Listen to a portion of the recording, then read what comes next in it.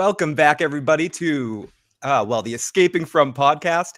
And this is Phil, the Issues Guy. I'm here with Tony Teflon, and this is from season 3, episode 9, Revelations. And wow, it was a part 1 of a 2-part season finale, and we're here tonight to talk about this episode. Tony is under the weather, but he is with us tonight. Tony, how you feeling, buddy?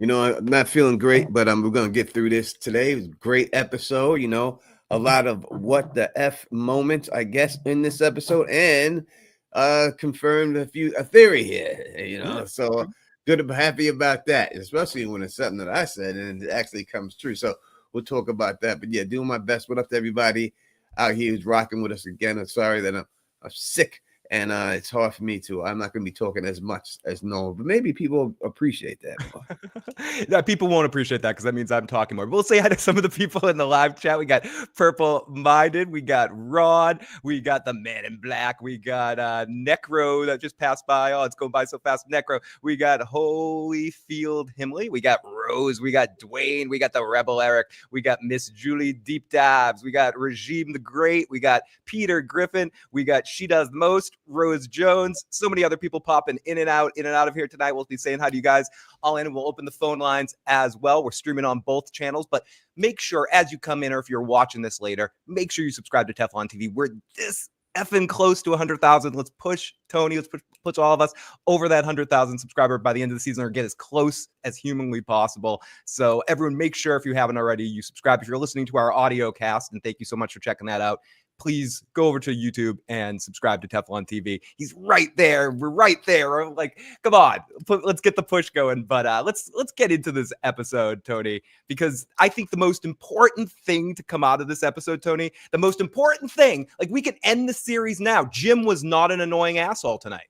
Jim, 100%, and Jim was actually, doing what Jim never did, which was a good dad. All of a sudden makes me scared for Jim. Yeah, dude. Because he all of a sudden now Jim is on board.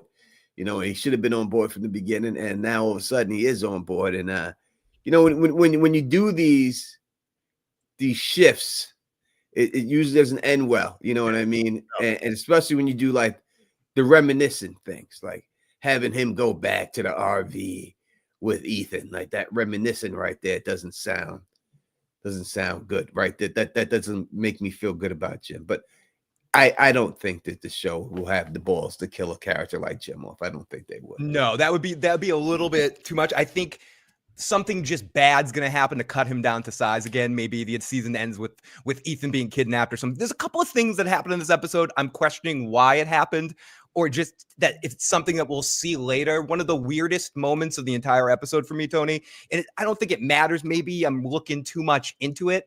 When they went outside, when they were with Jim and Ethan, when Ethan went to the bathroom, and then everyone went outside with, like, Boyd started the conversation with Donna, and then Ethan came out of the bathroom. We had like a 2-second moment with Jim and Ethan in the diner where it really amounted to nothing. And then they went outside. It was almost like Ethan, like, I'm auto-correcting in my mind. I'm like, did Ethan see something in the bathroom that we're going to see later? Is there some reason we stopped in with them for a moment? Maybe I'm looking too much into it.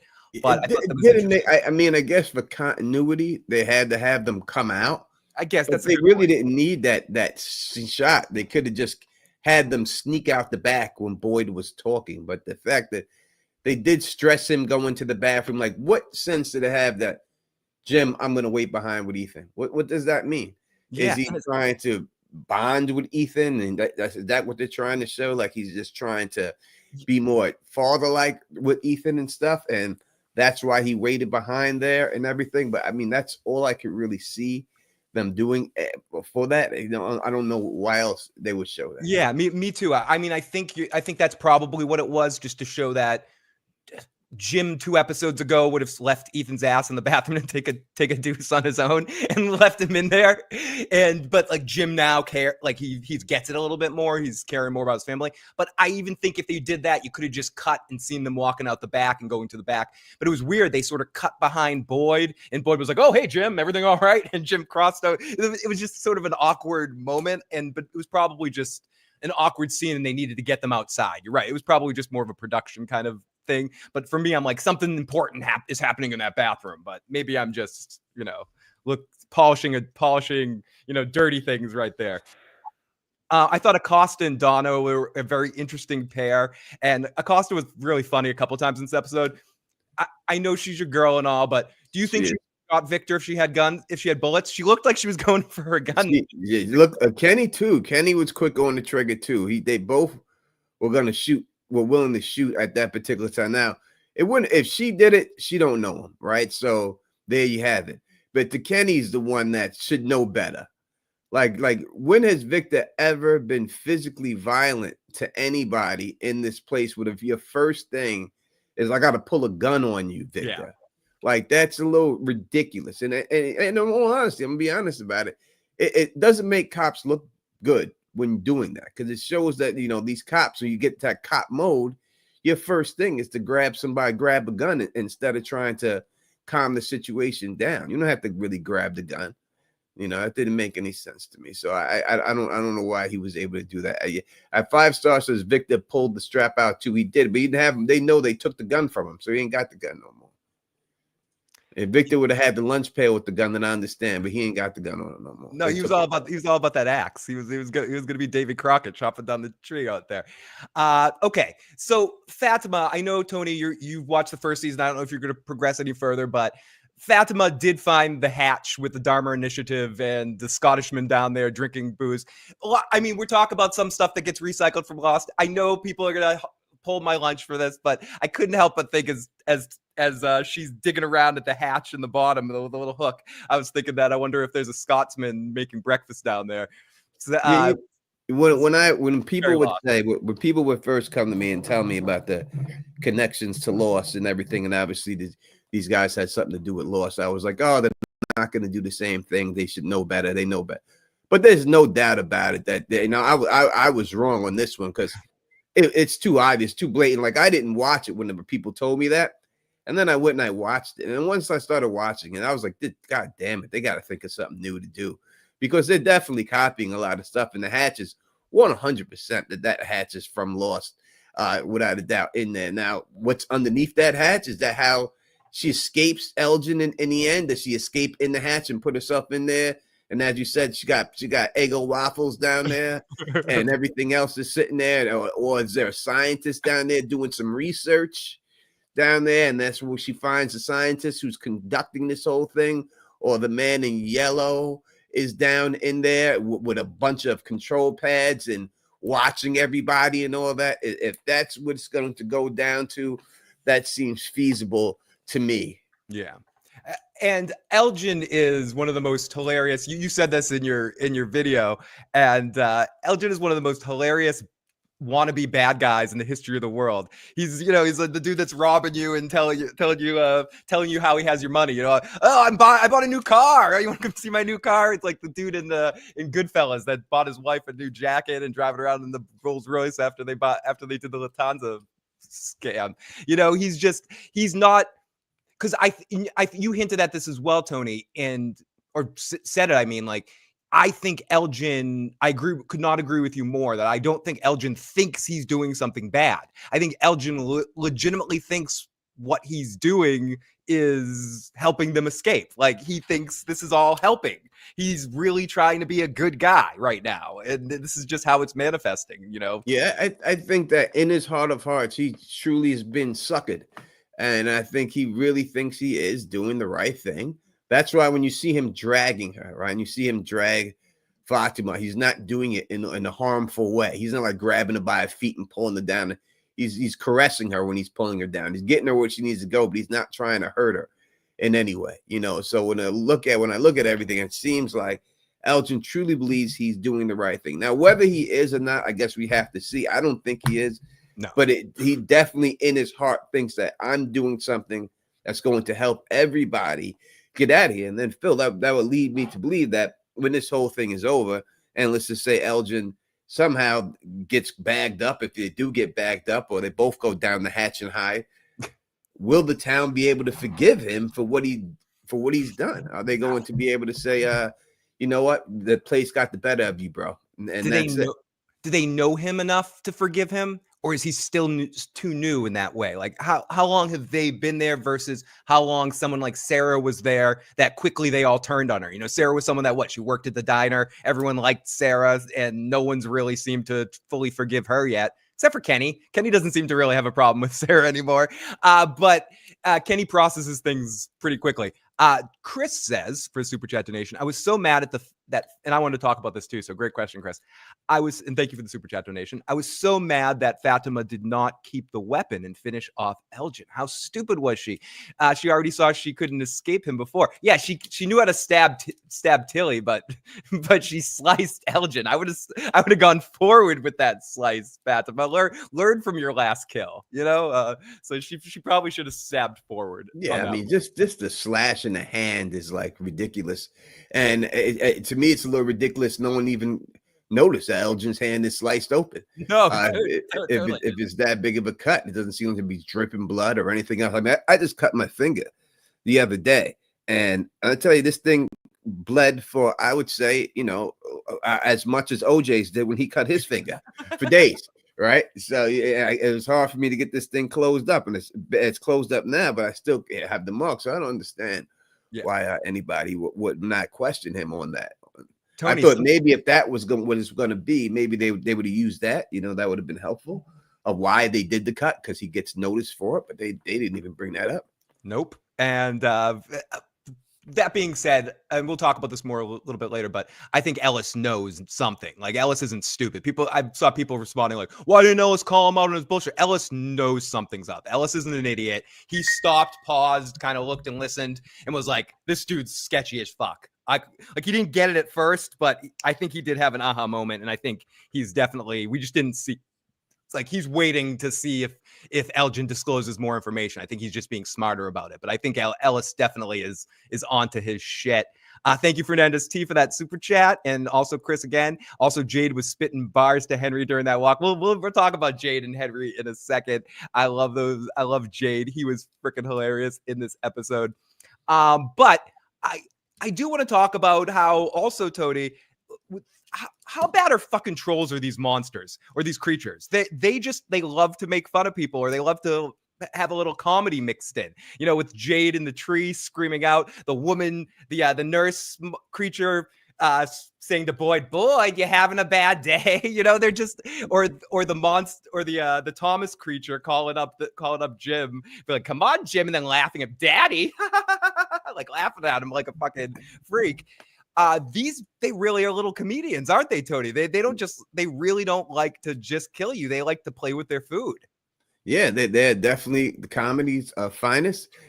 Putting the gun to tell Boyd to shoot himself. Yeah, all the things they're doing, like it's all jokes to them. It's all like they're just playing around. And what are they? Are they trying just to break it and to shoot through the window one time? Because I'm sure a lot of hot-headed people would do something like that, you know. Just shoot through the window and everything else, but you know, these people they have picked up trolling that like they have been alive during the internet age. It seems like the way they do it. As Julie B says, expert trolling by the evil entity. Yeah, expert, level. What they say, like S tier, double S tier trolling. John Wick says reincarnation, Tabitha equals Victor's mom, Jade equals Christopher, Sarah equals Victor's sister, Acosta equals Abby. I was joking about the Acosta Abby thing, but now that we're sort of matching up, I don't know if it's going to be. I do tend to agree with Tony about the Sarah thing, about Sarah having some sort of connection with Eloise, and obviously tonight, or I know some people still think tonight has to do with Eloise with Tabitha, but I thought it was pretty obvious that Tabitha was sort of seeing visions through Victor's mom in this episode. But whether that means they're reincarnated, I think I'm saying ultimately the same thing. I think it's the same effect. Whether it is a reincarnation thing, which it absolutely could be, or I'm a little bit more in the camp, I guess, of chosen one-ish, like you're filled with the memories and inspired by the person in the past, that it's not necessarily Tabitha reincarnated as someone. She's just filled with the the hero of this place spirit that's filled with the memories, almost like if people have seen Star Trek Deep Space Nine, like the Dax symbiote, like each one's passed on, like a symbiote that has a piece of the other one on, or but that could be called reincarnation. So I think I'm basically saying the same thing, Tony, but Yeah. I think it's a little bit more chosen one spiritual energy, like taking that in, not someone that's reborn the same person again, but I could be wrong. Whatever. Yeah, I told y'all, I made a video about this a long time ago, and I told y'all this was going to happen, that this is the way it was going, this is the way I was seeing it, that it was some type of soul swapping situation going on here. If you want to call that reincarnation, that's fine, but I said that's what's going to happen. That's what it seems. I know a lot. I've heard people, and I'm talking about other YouTubers and their channels, start saying that this means that Tabitha, that is Eloise. No, it doesn't. This wouldn't be Eloise thing. This would definitely be Tabitha is Miranda situation. And I don't think it's going to be everybody. It's not everyone's getting reincarnated. Everybody is one form of someone else and someone else. And so it's not, it's just the main people here, right? So the main people that are here, these main people that are here are that.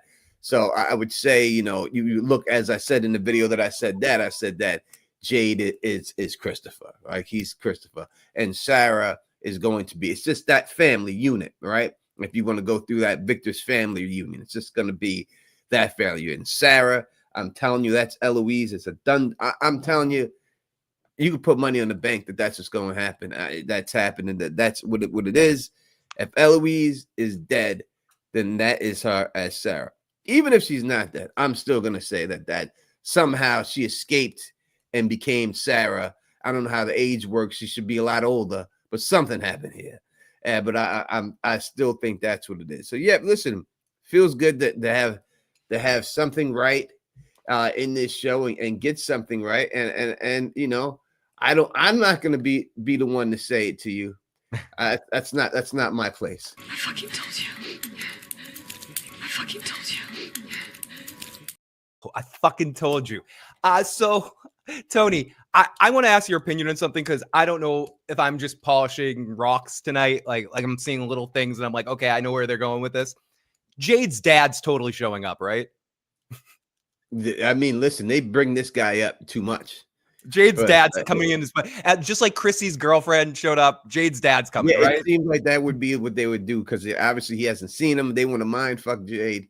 You bring in Jade's father, right? And that's for Casanova. You could ask questions. You don't have to pay to ask questions. And we'll have the phone lines open a little bit. Yeah, we'll turn them on in a few minutes. And all that. But yeah, listen, that's the next thing that makes sense, because they brought him up already. Again, he was this to mess with Jade, to get Jade off his game. You're bringing Jade's father up in there, and then there you have it. So would Jade even know it's his father, though? How would he even know? He's never met him, he said, right? He's never seen him. So how would he know that's his father? Could his father be Christopher? Yeah, that would be crazy if his father was Christopher. Could his father be Christopher, and he's been seeing his father all along? I don't know. But I don't really think so. But do you know what that voice was, Tony? That was the actual voice of the boy in white. I am the boy in white. This is my voice box. So the boy in white had like the 60-year-old man smoker's voice. He definitely did. But they were smart. They solved the dilemma with the boy in white, right? They solved the dilemma. They knew that the actor is aging up. They knew that people were going to see that he looks different. Again, we know when I first seen him, and I said he's not the same actor. Did they change actors because he looks so different? And so now they figured out how they're going to do it. They just used a joke on it. You look different. Well, you look different too, motherfucker. Yeah, it was really cool way of handling it. I don't know how they're going to handle the Ethan situation eventually, as you were talking about, but that's a different story. That's a fight for a different day. We'll worry about that. That's tomorrow's problem. Let's hope he doesn't hit a growth spurt. But I like how they handled that with the boy in white too. It makes sense. It was a good scene. It was interesting when Victor kind of threw back at him. Is that a bad thing that things are changing? And he got a scared look on his face. Like, no, it's not it is possibly a bad thing. Or maybe it's a good thing because he's evil and it means that, there's a chance that they can get out of there. But I don't know. Do you think if I guess this is a tougher question to answer, and this is probably an answer for a video that you'll make at some point in time. What would happen if Victor cut down that damn tree?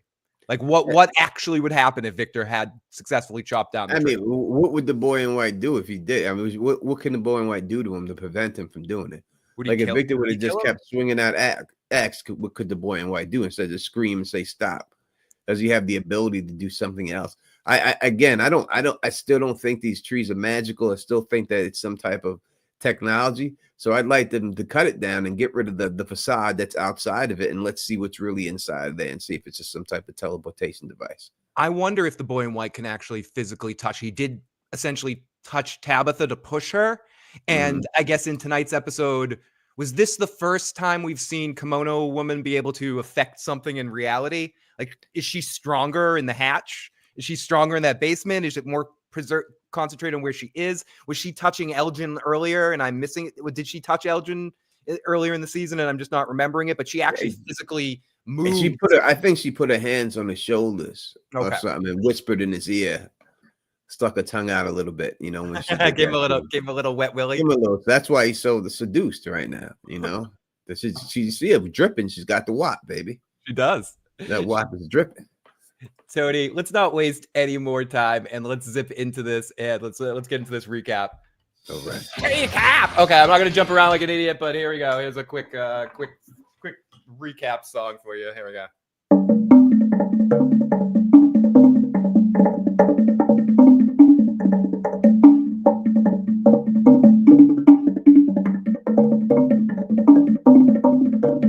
Okay, enough of that. Let's get into this. Great job. Oh, thank you so much. I have to make up for a lack of jumping around like an idiot right now.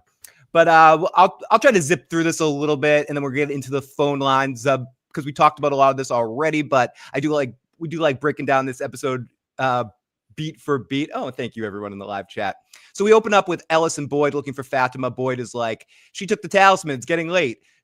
Maybe she left, and Ellis is like, no. But the important thing that happens in this scene, Tony, is he starts to shake and falls, and Ellis is like, dude, what's wrong with you? And did you know? I forgot that Ellis didn't know. Me too. You said that in the video, and like I didn't realize that either. But it also seems that when we get from this is that, you know, this didn't happen until he got here.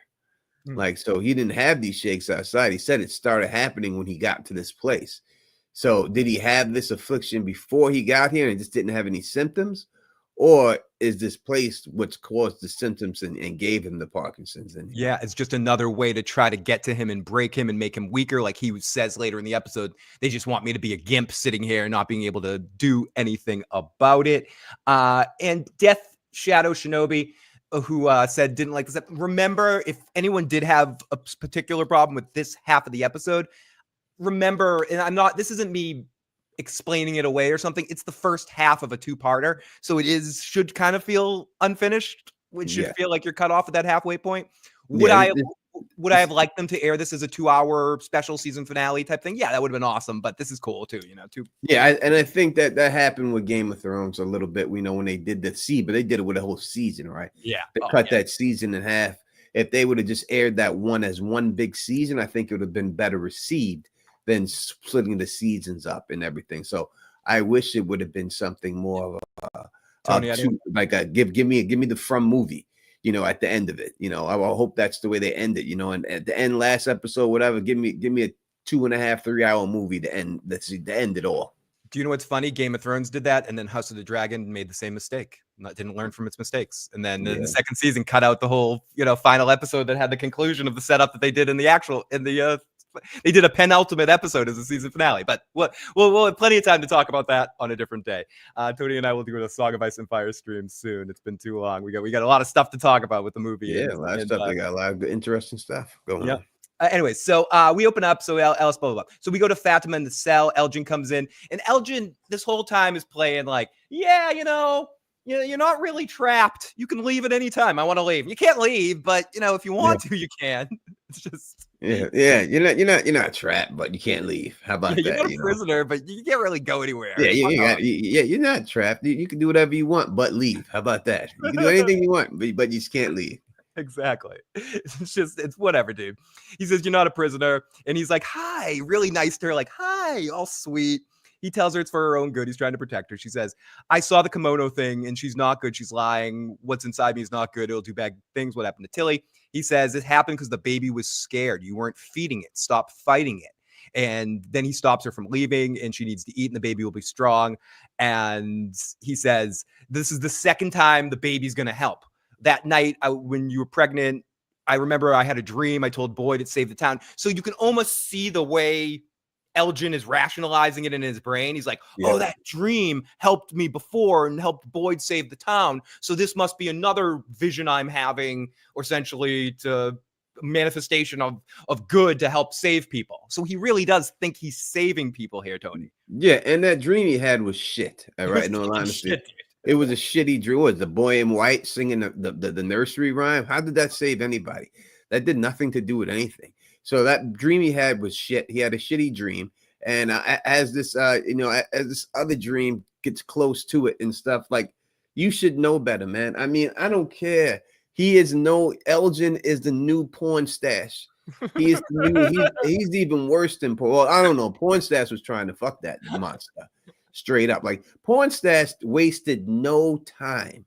Like, as soon as that monster came in there, he put his lips right on her. He's like, oh my God, you're so warm. Like, his dick was hard as a rock as soon as he got in there, So I don't know. Porn stash may be worse when it all came down, because porn stash was really trying to tap that ass on that monster. Regime says Elgin is simple-minded. Yes, and someone said it's a fine line to go from that dream to feeding blood to your neighbor, to your sponsor. So he starts feeding her the jar, and she gobbles that shit up. Yum yum yum. Then we get we called that too, right? We have people, other people I've seen on these channels saying that there was going to be some type of IV situation, and we said no. They put that shit in the mason jar. All right, and everyone knows you eat out of a mason jar. There ain't no goddamn IV shit. She chugged that shit right down, like we said she would. That shit was. She was chugging it so fast it was running it out of her mouth. Like, when you can't keep up with the amount you're putting inside your mouth with your gulps. You know what I mean? Obviously, she's not the throat goat, but she was working it. She was Tony. She was like Winnie the Pooh with some honey. She's like dumping the honey. She's about. I'm telling you, you could put her in pour some sugar on me video and start giving it to her and have a dance around with it. Pour some bloody on me. Fire that up, Fatima. Fire that shit up. The From Style Stanley Cup. Oh my goodness. Oh gosh. Oh, gross. Okay, so let's continue here. So Tabitha and Victor, we're getting connected right after what happened the last episode. Victor's running out, and Victor was a mess tonight. He was just like, I can't do it. I'm doing everything bad. And all I did was make things worse. There's a lot of stuff that happens with him, but in this scene, she is able to calm him down, and she touches him, and she gets this weird feeling, and Sarah notices what's happening. And in case the audience didn't notice, Sarah notices and points it out. She's like, what was that? Well, what just happened, Tabitha? And I don't know. And then we move on to it. But it happens a couple times in this episode till we finally get the playoffs. So we'll wait to talk about it till later. Then Kenny comes in, and you need to come. Something happened with Julie in the woods. And Sarah's like, what the fuck happened? Look on her face. So we go off to Christy checking out Julie with Jim watching, and Ethan and Marielle. Ethan asks, is she okay? And she's fine, no trauma. She explains she blacked out and had a weird dream. That's it. Julie's going to spend the night. Jim's there watching intensely, and this is where we start to get our Jim change, Tony. Jim's like, what were you doing out there? And Julie's like, I was with Randall. And I like how the writers played this, because they played it up like it was going to be a normal Jim freakout. Jim's like, Randall? And Julie's like, no, not like that. And then Jim's like, I got to get out of here. I'm leaving. I gotta do something. I gotta handle something. Yeah, you just thought he was gonna go like that. What was Randall calling later? Like daddy asshole to Randall's house. And I like how the writers kind of played with us here and made us think that was gonna happen, and it went very, very different. It definitely did. And but Randall also, played it up, because once you say, what were you doing in the woods with my daughter? What would you say we were doing? Once you say, what did she say we were doing? Like, you're hiding something right there. Yeah, good point. So Randall was definitely like tipping him off, but maybe he was thinking more of the weed situation, and he didn't want her to get bagged up for smoking weed, so that's why he didn't say exactly what. That's probably exactly what it was. So we go to Randall doing his Batman villain thing again, looking at his wound in the mirror. Every time he touches the wound, he hears the buzzing and the weird sounds. You mentioned this in your review, I believe, that it seems like, even though Julie's having a hard time, Marielle's having a hard time, they've targeted Randall the most in this. Unless this is happening to Marielle and we're not seeing it, it seems to be affecting Randall the most, whatever happened in that. Yeah, but why? You got to start asking yourself straight He's up, the like, what? weakest. I think he's the Why are weakest. they after Randall the most? What did Randall do that they need to target him the most? And the only thing I can look at is that he tried to get Donna bagged up. He tied Donna out there. That's the only thing I could see him doing. That you would say that, why are we picking on him out of everybody else? And to me, it's that he was the one who was going to expose Donna. Donna's down with this whole situation going on in there. You know, Liz is a very great actor, and we love Liz. She knows it, and I've said it. But Donna, I still think it's got something to do with this whole situation, and I think that's why they're targeting him. Because from the beginning, right? From the beginning, if you really go back and look at from when Randall first arrived, Donna didn't like him. Donna always had something against. She said this is the wrong guy.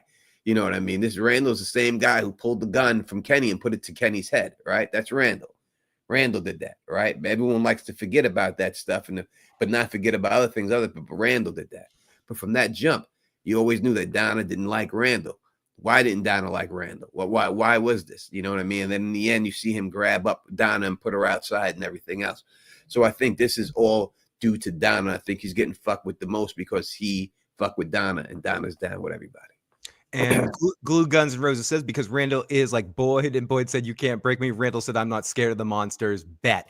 And also the other part of that, Tony, is I agree with everything you said there, and that's certainly a possibility. And I also think Randall is one of the more emotional people there. So by targeting him, he's most likely to make that kind of mistake and break a window or you have his emotions come into play to get somebody else hurt as well. But it could also be connected to he's asking questions people don't want him to ask. So what's the best way to handle somebody like that? You target them emotionally. You make them unable to actually think and process what they're thinking is real. So yeah, so it could be a lot of different things, but it's definitely he's taking more weight on it apparently than Julie and Marielle are. And Jim shows up, and Randall, right when Jim shows up, the sound stopped, and Randall immediately, like, you got to give this guy credit for asshole like abilities. He snaps on the asshole right there. He's such a little prick, and he's like, something I can fucking do for you, Jim. And Jim is like, what were you doing in the woods with my daughter? And Randall, as Tony said, what did she say? Which is the sketchiest fucking thing, as Tony pointed out, you could possibly say in the goddamn world. And he's like, tell me what you know, Randall. And he goes, is this your version of the big bad dad? And this is where it switches. It's like a what kind of moment. Jim is like, no. And very reasonably, like two adults having a conversation, he says, Marielle and Julie and you went through a really difficult situation, and I can't understand it. Help me understand it. And Randall's like taken aback. He's like, whoa, okay, wait, I don't know how to handle you not being an asshole. But then he stops. He's like, dude, I was just teaching her how to drive. She didn't have her learner's permit. And Jim gets this, like, I'm being an asshole. I forgot about doing that. Almost got a flashback. Like, oh yeah, I was supposed to do that back in the real world. And then talks about the ruins. And Jim says, Jim, I told her not to go to the ruins. It was weird. And he's like, what do you mean by weird? And he goes, it just felt fucking wrong. What else am I going to say? Are we fucking done here, Jim? And then Jim leaves. Jim says, Randall says, take your daughter driving, have fun with her. We'll never get out of here alive. And Jim says, I don't accept that. And Randall says, good for you. So it's the redemption for Jim. I don't know. It just seems too much. But they can't do anything to him. So, but it seems like, now Jim's he's getting on board and everything else and all that. And now Jim is gonna have to, listen. That's how you solve it. If Jim gets out there, he gets on board, and he does something to help figure this thing out, that's all you want in the end. So hopefully that's where it goes and everything. But shows like this, reminds me of Ramsey Bolton, man. If you think this has a happy ending, you haven't been watching the same thing. And that's what it's starting to feel like for me with Jim, unfortunately. But I just don't know if they can do something to Jim. But if they were going to do something to anyone, I would think that he'd be the one. If they were going to kill one of the Matthews family, it would have to be Jim. Or they couldn't kill anyone else in this. If they were going to kill Julie, it would have been last season. It would have been Julie last season. Ethan would make the biggest mark if you kill Ethan, getting Ethan out of here. Then that's the biggest shock, right? Because Tabitha, we already know that she ain't going nowhere. She's got Boyd armor, so she ain't going anywhere. So I would think that Ethan would be the one. If you really were trying to make an impact, you kill off Ethan somehow. Yeah, absolutely. That would be the most and honestly, I don't want to. And that Would could handle the split. aging situation. Yeah, and it handles the aging situation, and if you're trying to divide Jim and Tabitha, kill their other son, this would be the second son that's gone. You know what I mean? Be the second one that's gone. And now you put a big wedge in between them two. Like they wouldn't be able to come back from that. No, I agree. Especially if you can manipulate it to where it's one of their, could be one of them could say it's their fault. You know what I mean? Like they go somewhere with one of them and something like that. So that would be the biggest one. If you imagine if somehow Bizarro Thomas is the cause of it too, that would be horrible. But someone has to say hi to you, Tony. Well, let's play a game. Okay, Ramsey. Let's get out of here, Ramsey. We don't want to play one of your games. You sick. No, you go hang out with Pete Diddy, Ramsey. Exactly. That's Ramsey's definitely on that list. So Boyd and Ellis show up at the station. Boyd is not good.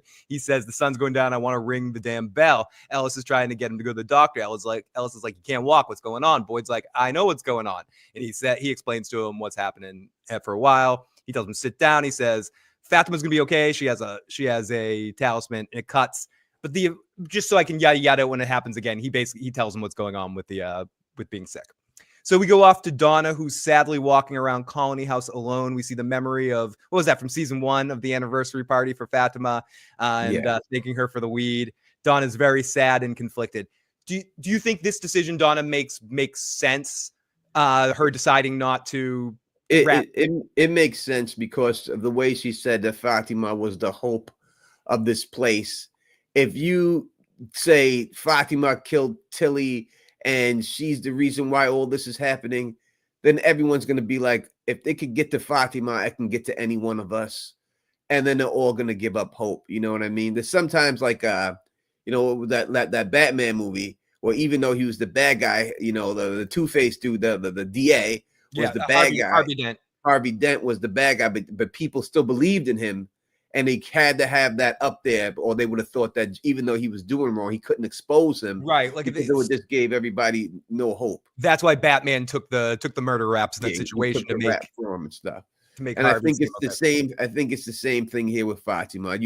She's the hope. She's the loving person. The first priest, like you see in there, she loves everybody. She's giving everybody weed. She's telling everybody, keeping everybody's spirits up.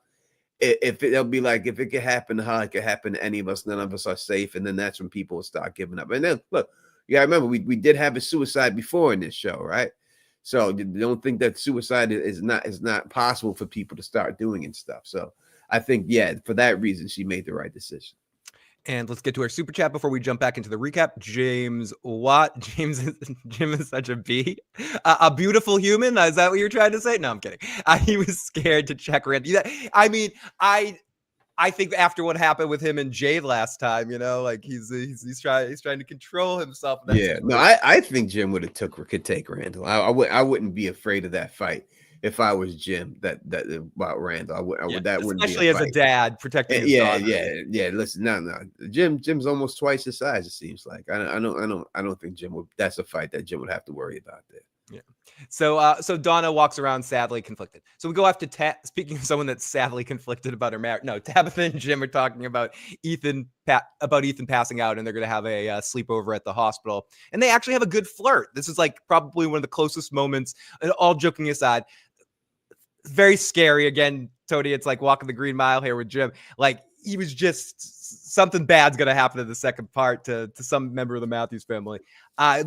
He was flirting. They actually had like a good dynamic in this moment. He goes and he says, listen, I know you've been trying to make sense of what's going on here. If there's a chance it could lead us home, I'm in all the way. No more second guessing, no more pushing back. I'm here. And she goes, well, Julie knows something she's not telling us. And he goes, I know. So right away, Tony, Jim is doing everything he should be doing right here, man. Like we've been hard on Jim. We got to give him his flowers tonight. Jim stepped up to the plate tonight and is doing what he needs to do. He is 100%, but that's what it looks like to me when I keep seeing it. And I don't want to say it, but it seems like they're putting the tea down for you right here. and they're putting that ball directly on that tee. And it just seems like they're teeing up Jim something bad to happen to him. I don't know if they could do that. It's too far. I don't know if they would do it, but they're too heavy-handed with it that they're showing how Jim did this total 360. Yeah, You know, like he should have been doing from the beginning. It's just too much. You know what I mean? Like it's too much. Yeah, they're almost scooping up the sympathy for us right now and showing us, no, Jim is just, he's a good guy. Just so they're making us like Jim in this person. I don't know. It's interesting, and we'll keep an eye on that this week and next week and see where they're going with this. Maybe they're doing character growth. We could see. So we go off to it's just he's been in one spot for this whole season, so it seems so different seeing him in the way he is tonight. So we go off to Ellison Boyd talking about his Parkinson's. It's at night. At this point, he explains that Christine Kenny knows. He did not want him to worry about it. He's like, you should have told me. I'm telling you now. I love that's like a TV trope I like when someone goes, you should, or this is a life trope too, when you're telling somebody something. You should have told me this. I'm telling you now. Like, just shut up. I should have told you. I'm telling you. Like, I'm telling you right now, right? Jesus, don't worry about it. Right? Yeah, exactly. What I should have done, what I'm doing is two different things, right? Can we talk about that later? Can we talk about I was going through some health stuff. I had time with my family yesterday, and I was like telling people about what was going on. So it was, well, why'd you tell me this sooner? I'm like, I'm telling you now. Like, what the fuck? Like, what's going on? Like, who gives a fuck? Anyways, so he asked him about the leg. Is it getting worse? And Boyd's pretty not cool about it, but he understands it. He's like, yeah, it seems to be getting worse. Seems to be. When we're in the barn with Kenny's mom, they made me watch. And they set it up. They want to break me. And he says, what if this place is just the cause? Like everything that's happened with Tilly, like this is all just leading with Fatima gone. And I'm sitting here with the disease like a gimp. And right at that point, this is where the trolling happens, Tony. Right at that point, we hear on the window and it's Nurse Monster go, are you okay, Boyd? Are you okay? Yeah, we haven't seen Nurse Monster for a little while either, and everything else. And, but they put her out there, the new actor playing the Nurse Monster. I don't mind. I know people trying to say that they didn't like it, but they did do some great trolling here for this man right now. 100% expert troll. Yeah, and he holds the gun to the window, and she holds the gun to her head and fake shoots her like does the Harley Quinn gun to the head kind of thing. And it was really fucking intense. And Peter Griffin says Nurse Monster was looking pretty good. I could change her, unlike porn stash. Yeah, you could change her, Pete. Yeah, okay, Peter Griffin. Type man you are. You do that. I'm not. Don't leave any of your monster friends alone with Peter Griffin. Yeah, Tony. Right? Remind me when we're there not to invite Peter Griffin into Colony House for the night to party. Exactly. We're not messing with you, Peter Griffin. Just the daytime. We're daytime partying with you, Pete. You could hang out with Lois in your own house in town. Okay, so we go off to Sarah. This was weird, and again, I'm polishing turds here. I think Sarah's glues that snowman from her brother back together. Immediately when she glued it back together, Tony, is when she started hearing the words and the weird energy again. Is there some sort of device in there that is sending the radio waves?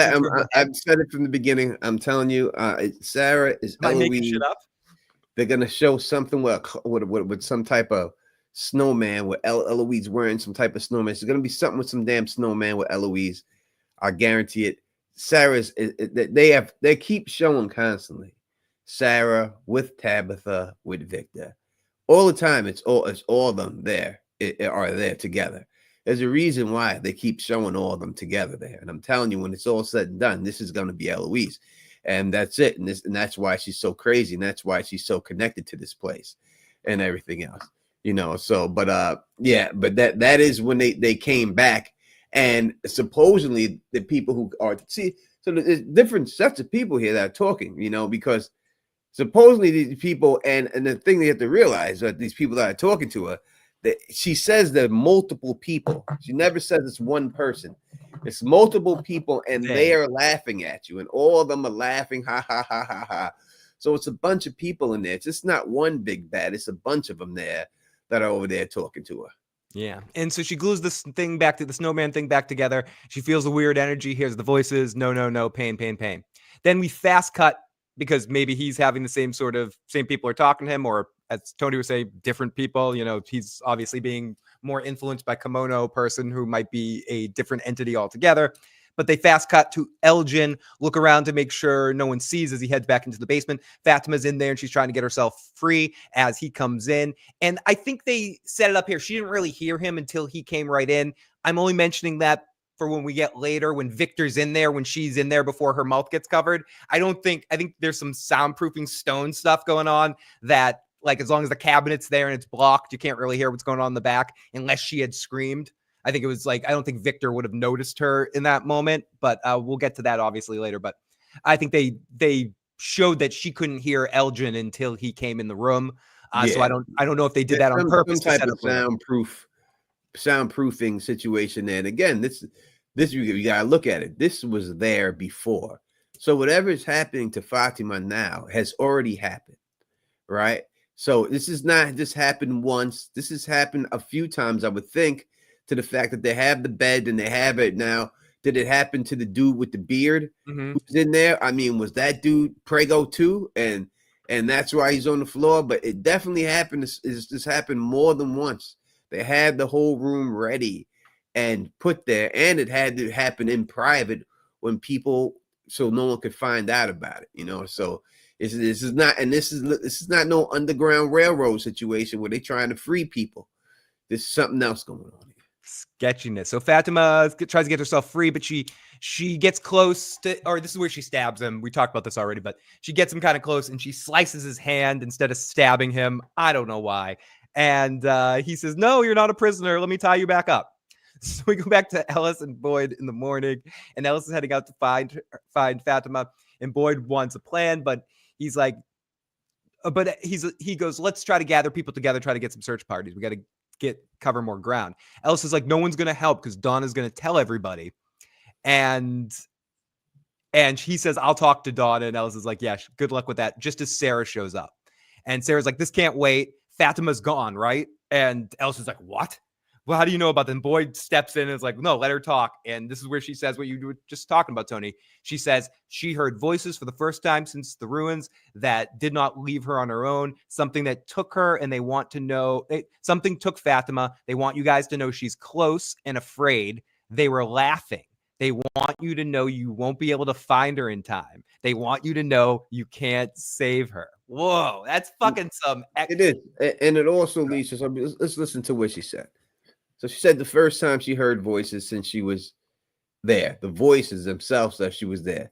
Now, remember last time she was there and Sarah saved the town that she doesn't get credit for, but she was at the ruins. She's the one who heard the music playing, and she knew it was right there in the ruin, and she was reaching in the exact spot it was there, but it was in a different, we didn't know about the time travel.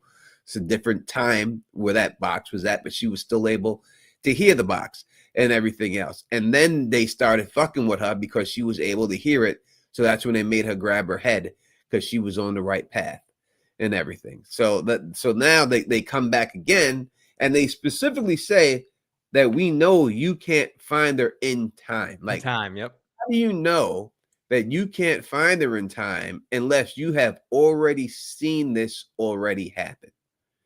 Like they're ahead in time. Because again, they could be further ahead in time, communicating backwards to Sarah and Boyd. So that's the only way they would know for sure that they can't stop it, is if they're already ahead of time, these entities, and they're looking back at these people and they already know what's going to happen. Someone asked, why didn't they address that Boyd's tremors stop for a bit and suddenly are worse? I think that's when we get into the weird way that time is processed on this show. And what I mean by that is we're dealing with a very short amount of time between each episode. So if you're seeing Boyd for a couple of episodes not have tremors, it's not more than a couple of days. It's not like it's disappearing altogether. If everything has been 6 weeks since the Matthews got there, we'll say at most 6 to 8 weeks, whatever is what like Liz was telling us, is apparently around that, then even if Boyd's stuff stopped for 2 or 3 days, that doesn't really mean it stopped. It's just, that can still progress if it just comes, a little bit less often. I think they just get away from it because it's probably only been a few days since the last time we saw him have it. You Yeah, know, and it's been a it seems to week. be progressing. Like usually people here heal a lot faster, but it seems like it's progressing his disease a lot faster than it normally would have.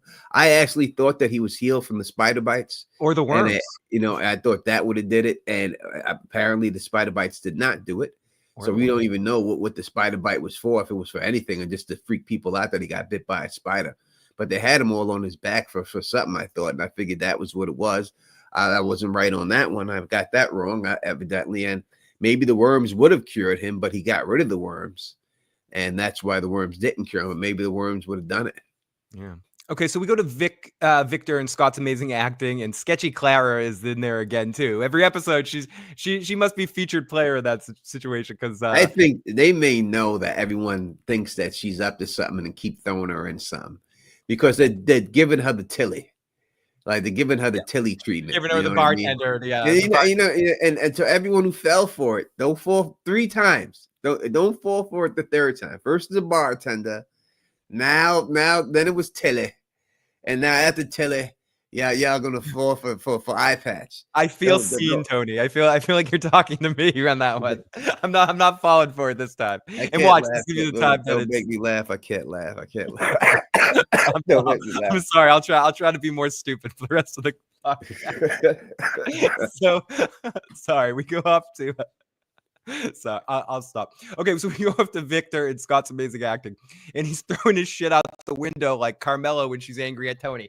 Tony, who'd you fucking do this with? I found the Russian prostitute's fingernail, and throwing the shit out the window. Like I can't do this. Like his room cheated on him. All his pictures and shit. I want this gone. I want this gone. He's freaking out. And then Acosta comes out and tries to shoot him, but she realizes she doesn't have any guns. And no, Kenny comes there. He pushes them away. He grabs an axe. He goes, and he says, I won't hurt you guys. And he just needs the axe. And Kenny's like, calm down. Victor slaps himself over and over again, says, no, you're bad. You're bad. Acosta's pissed again because she has nothing to shoot him. She wants to throw the gun at his head, but she wasn't sure if she could hit him or not. And she goes, tell me why you need the axe and we'll let you go. And he goes, fuck, I'm gonna go chop down a tree. And he just leaves, calling himself stupid as he's running out the door. Tony, this was hilarious. He's been doing the smack in the face for a little bit now. You know, he's been running that route for a little while. And and again, Acosta shooting him, I can understand she don't know him like that. But hey, Kenny going for the gun, it could just be showing that Acosta's rubbing off on him a little bit. And pause on that real quick, because I'm pausing that because I don't want that. No. We all want that, but you, Tony, we all want Kenny. I don't want that to happen. But they're showing these two together too much for my liking. Yeah. And if you are the showrunners out here, let me. The Don doesn't like you showing Kenny with my chick too much. I don't like this. It's too much now. Well, Tony, let's celebrate Darren Hamilton's 10th super chat on a live stream. Thank you so much, Darren, for the 10th one. $20 super chat. If there ever comes a time that I'm lost and they need a search party to look for me, I hope they don't ask these motherfuckers of Fromville, I added the motherfuckers, to look for me because they suck at search parties. Great fucking super chat, my friend. 100%. They're terrible. I mean, I don't know if people have never searched for someone or looked for somebody, but they ain't even look like that. When you see them walking together, there's no urgency. There's no nothing. They're just walking around aimlessly talking to each other. Like there's no urgency there. Even when you talk about Elgin and Ellis, there's no urgency there for Ellis. He's just looking around in the sky and shit. Like you expect her to fall like a fucking faraway tree rock? I don't understand. You're not doing anything. Dude, if you ever watched Survivor, they were like looking for the hidden immunity idols. They were just like walking through. Is it under here? No, it's not under my phone. Even Jim and Ethan are like, do you think she's in there? No, but let's go in there anyway. Like, okay, let's just go. You can't have a conversation with them walking around looking for her. Just go in the place that you don't think she is. But there was like, you need to search. Like you search and you gotta be on it and be about it, man. Be about it. Get in that car. You got someone who's got a car. Have someone go through the goddamn car. Have him riding around to the outskirts and working his way back because he's got the whip, and then having everyone go towards that and stuff. Or why wouldn't you do that? Tony, like I thought they were going to go in this direction when Boyd said everyone go in pairs because Boyd's a military guy. Wouldn't he say to like split the whole town into like quarters or something like that, or Yeah, whatever. grid, make a grid. Grid.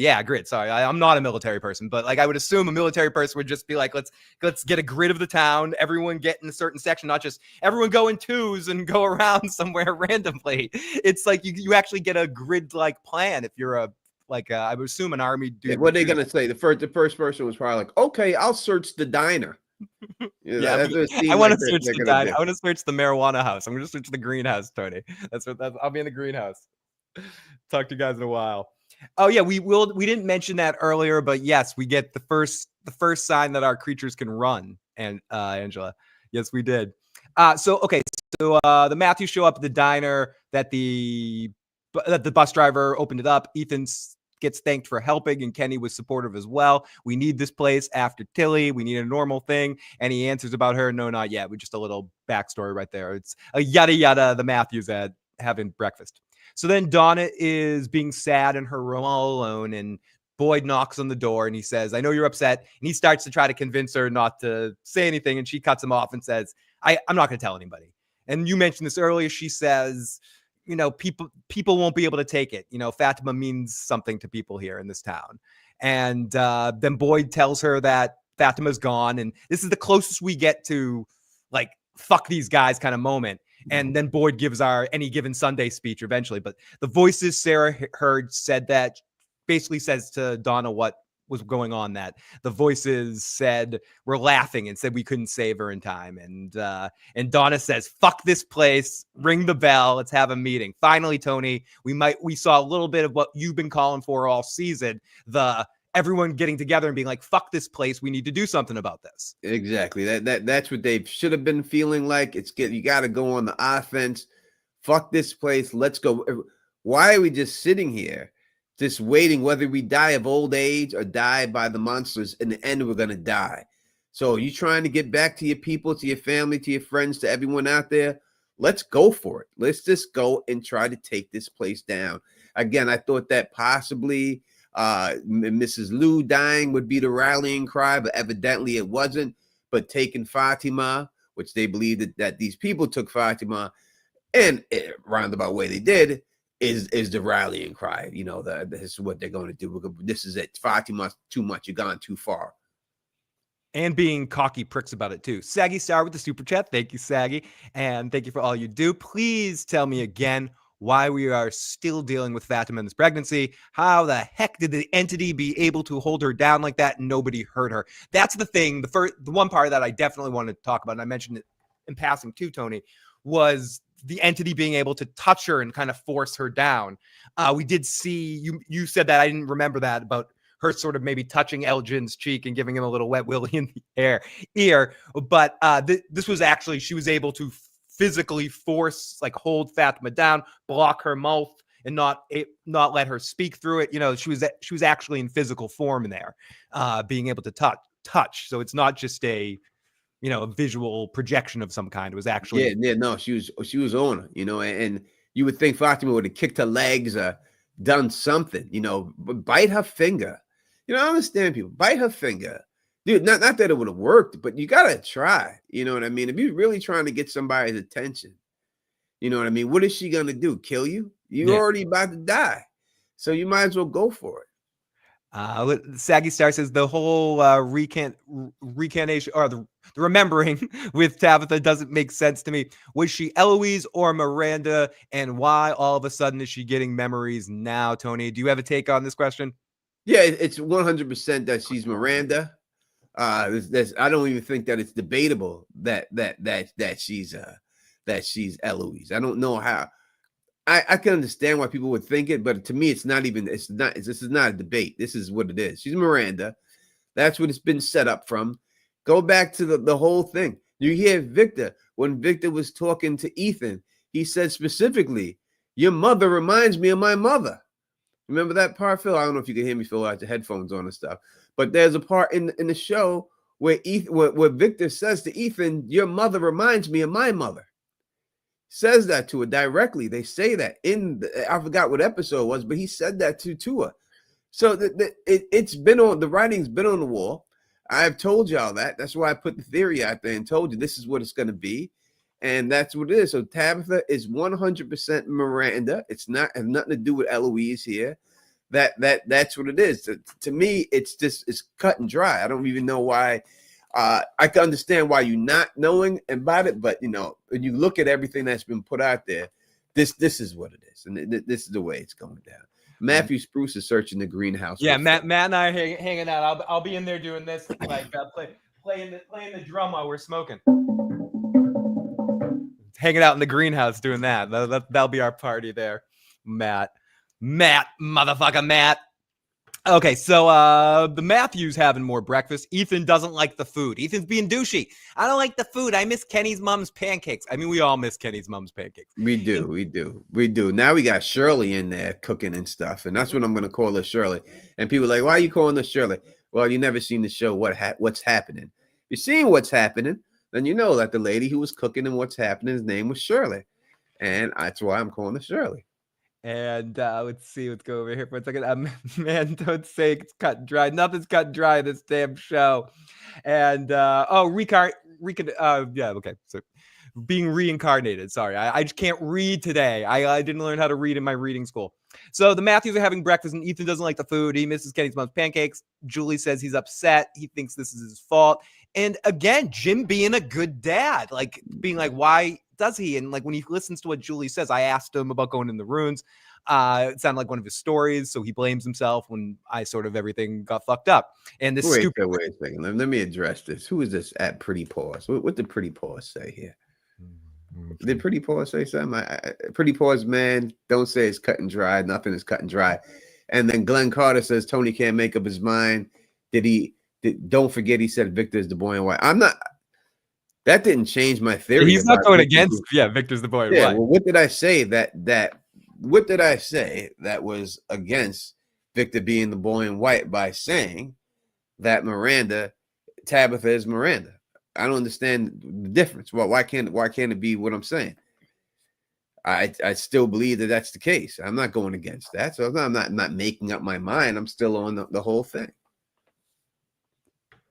And so that's I'm calling Shirley. Shirley. Shirley was running everything. That's base. She was the waitress, but everyone knew Shirley was the owner of that place too. Shirley took it over.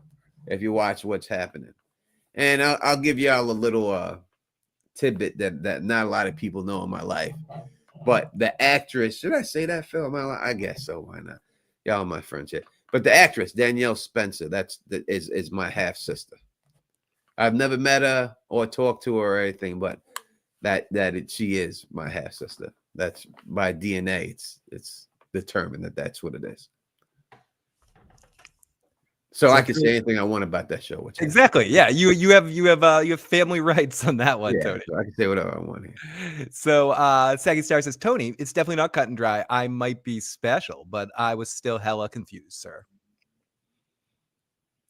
So again, Tony, it's not definitely cut and dry.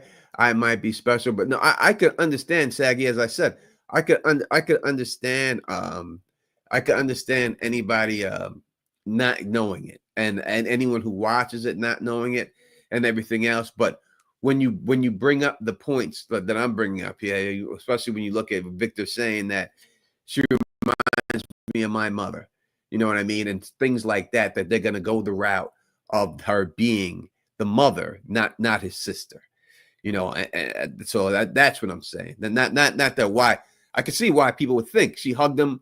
They show both their faces. You would look like and say, hey, she's more closer to age to Victor, you know, so that would make her be the sister and everything 100%. But when you look at the bracelet that she had on, that same bracelet the mother had on, she has the same bracelet the mother had on. When you put all that stuff together, that's you know, that's all going to be that's who it is. And I think the final blow in that for me was at the end when we're seeing the whole thing with Smiley and with Miranda getting killed with running Smiley, which is the only thing scarier than regular Smiley is a running Smiley.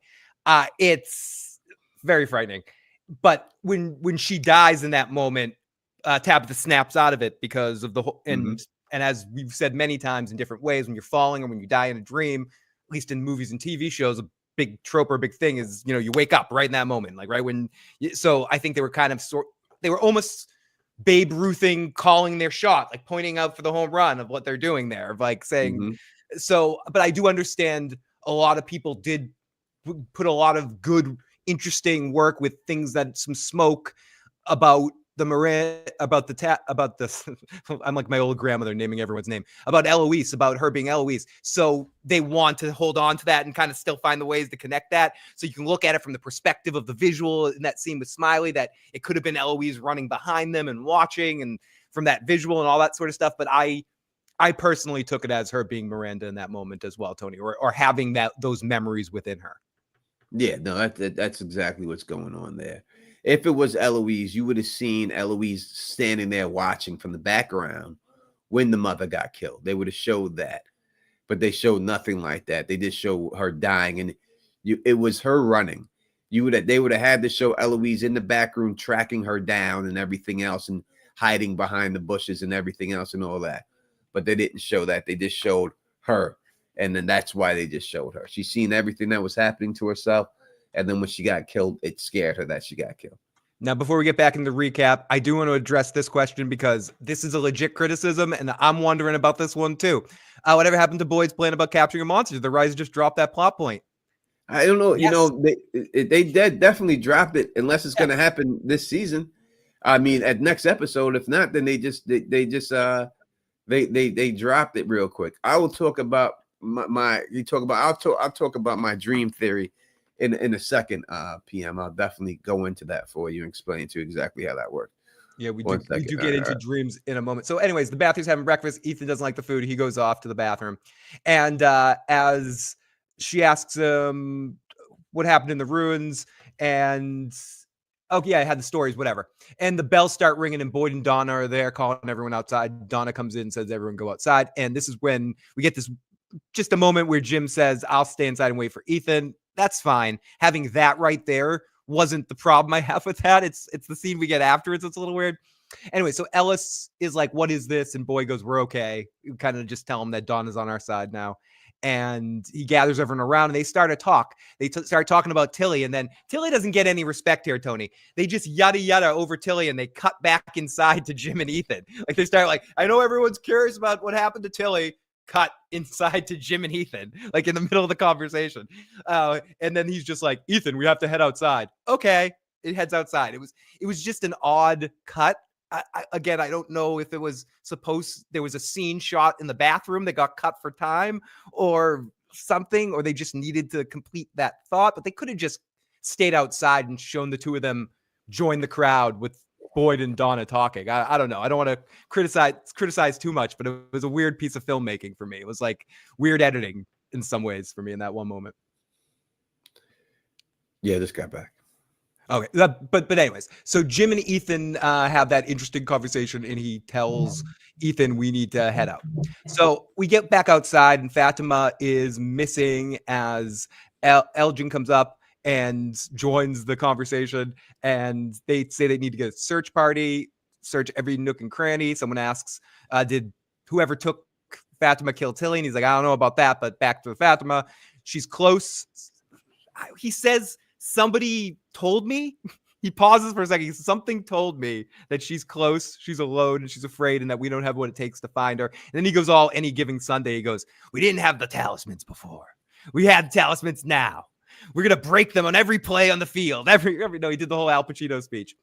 And he says, he's like, we're going to fuck them. We're going to fuck you. We're going to fight back.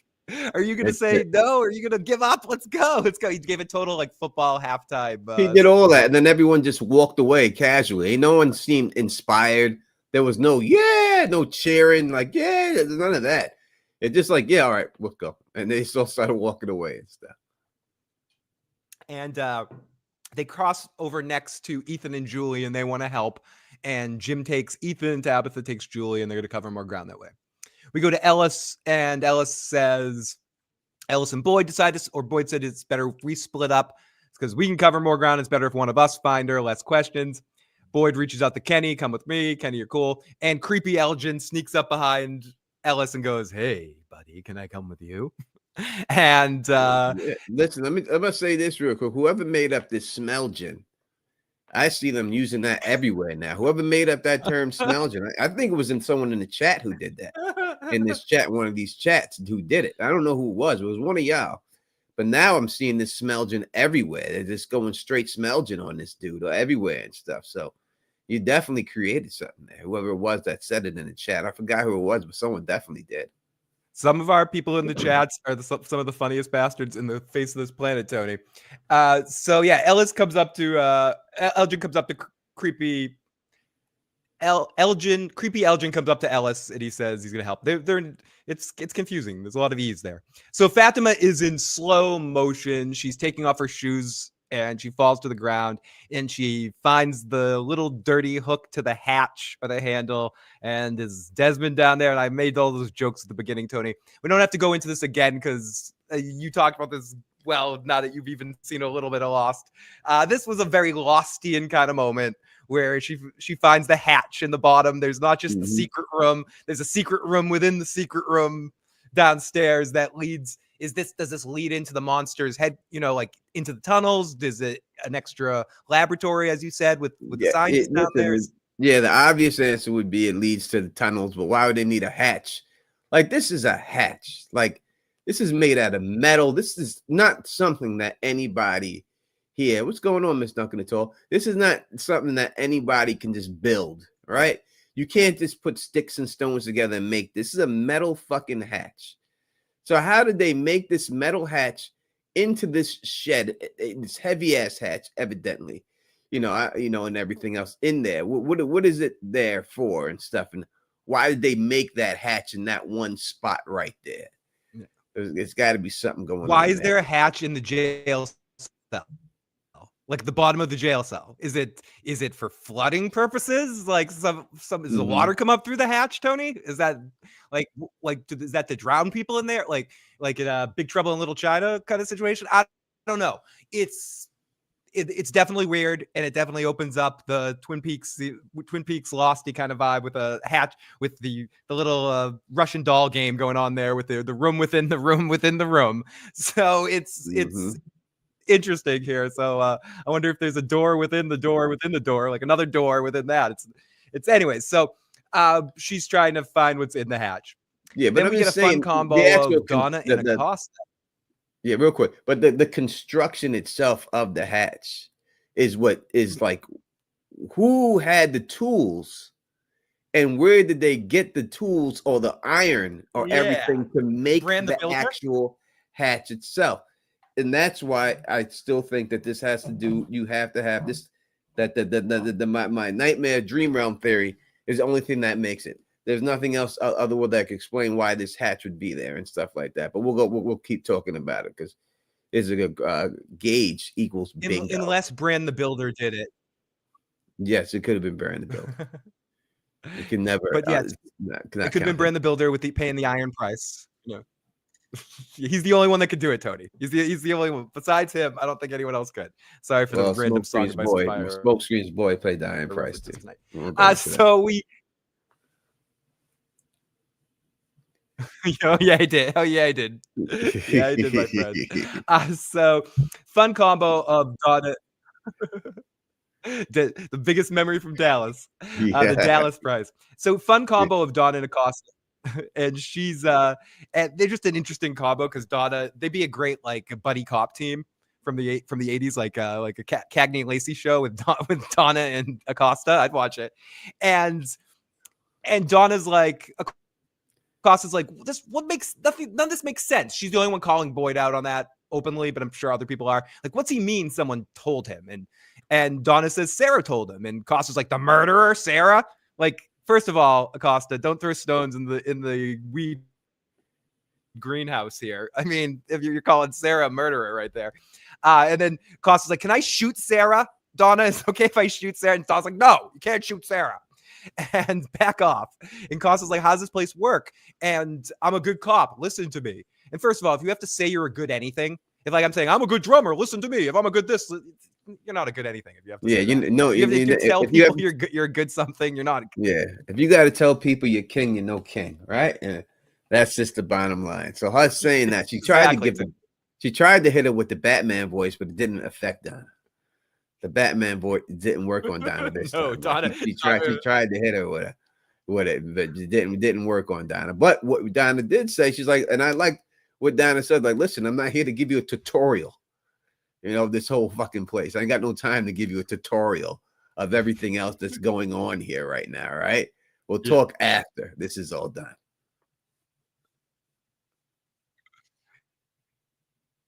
And Santa Costa's like, okay, well, I won't shoot people, and we talk afterwards. Okay, Donna.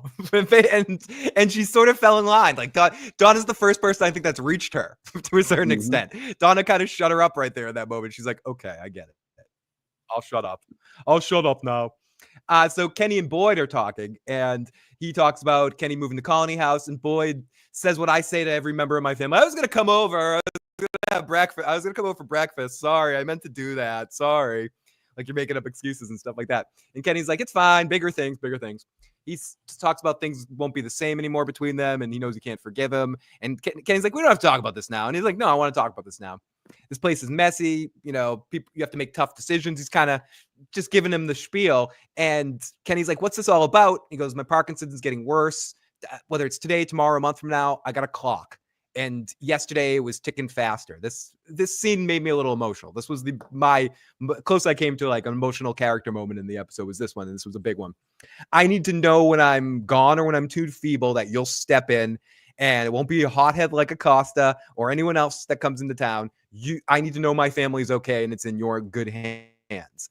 And Kenny's like, I won't take your badge, but I'll take the deputy stripes back if you want me to do that. And Boyd's like, yup. Emotional scene between two of them, Tony. Kenny's back by his side. Deputy Dog is back, Tony. Yes, he has his man right back into his pocket, which means the dynamic duo is ready to get shit done together. So it wasn't. I could say it's emotional. It wasn't a Victor emotional scene, but for Boyd, it was an emotional thing and everything else. Yeah, it definitely was. Like I can feel it as when again health stuff is weird and like there's a moment where you have to take a realization of it and you're like, I'm not going to be in a good position one day, so I need to set myself up, and it's really cool. I almost at this point watching the episode, Tony, I didn't think we'd see who pops up in the next scene. I was like, oh, is this just going to be a Jadeless episode? But nope. Next scene, Jade's up hanging bottles on a new bottle tree as he has a flash of, was that Christopher with the puppet or is that just a random dude? It was Christopher. Okay, what's Christopher? Okay. So it's like Ghost Christopher with the puppet. He's like, I'm used to you fuckers. Try a new trick.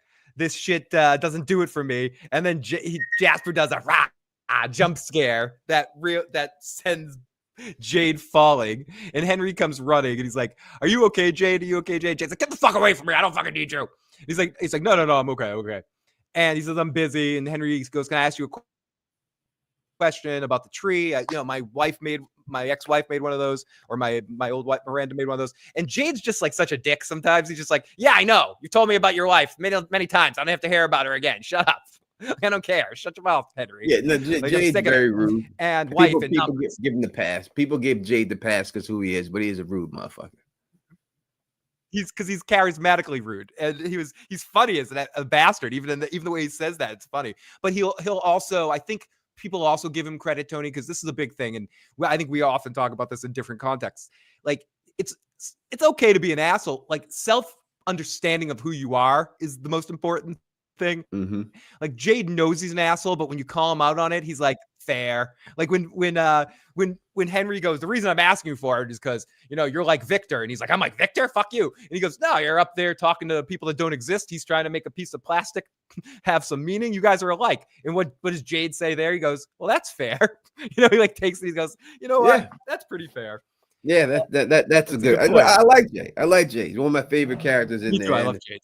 Yeah, and self-awareness is really what it comes down to. If you know you're an asshole and you own it, then own it. Then it's cool being an asshole, man.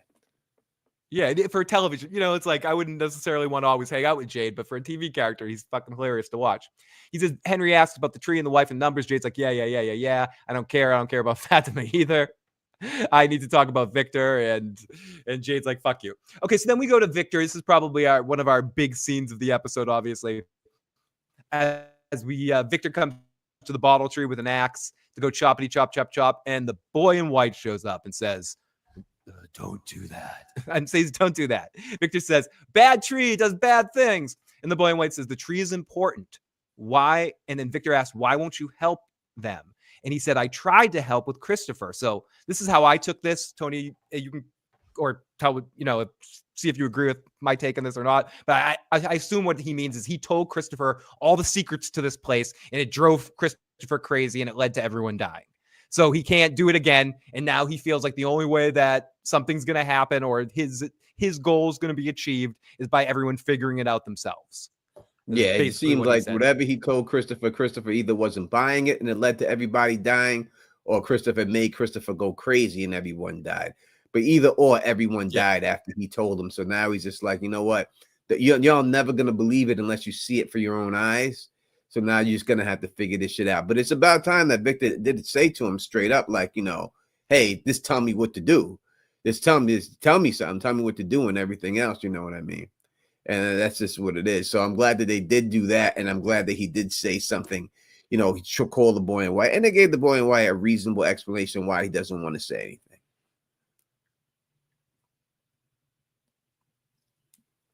Yep. And a reasonable explanation, as you mentioned earlier and in your video. And if you haven't checked it out, check out Tony's review for this episode. But about how they handle the boy in white's aging. And Victor smiles at him and says, you look different. And he says, you do too. And he asks him why he's changing now. You always look the same. And the boy in white says, in very dire way, says, everything is changing now. Victor asks him if that bad, and the boy in white doesn't answer, but I rewound this just because I was curious what his reaction was, because I missed it because I was looking down. The boy in white just kind of looks scared in that moment. He gets like just scared look on his face, like gets the bad lunch face, like, don't ask me that question. I don't know. Or yeah, things are getting worse. Vic says, I don't know what to do. As Tony said, he basically just straight up, tell me how to help them.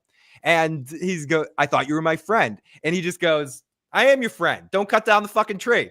And honestly, Tony, you were joking about this earlier. If I was Victor in that moment, I would have just turned and started chopping the fucking tree again. Once he starts walking away, I said, don't walk away. What do you want me to fucking do? I'm going to chop down this fucking tree. I don't know. I would have just kept chopping if I was Victor. Yeah, what would we have done? That's the whole thing. What would the boy in white do if he did keep chopping the tree down? Would he have killed Victor? Did he have the ability to kill Victor? I don't think that shove he gave to Tabitha would work on Victor. So he'd have to do something else, but he should have gave it a couple more. And it's funny if you go back and the crows come in, and say something. Oh, I was gonna say, do the crows come in? Would the crows come in that moment?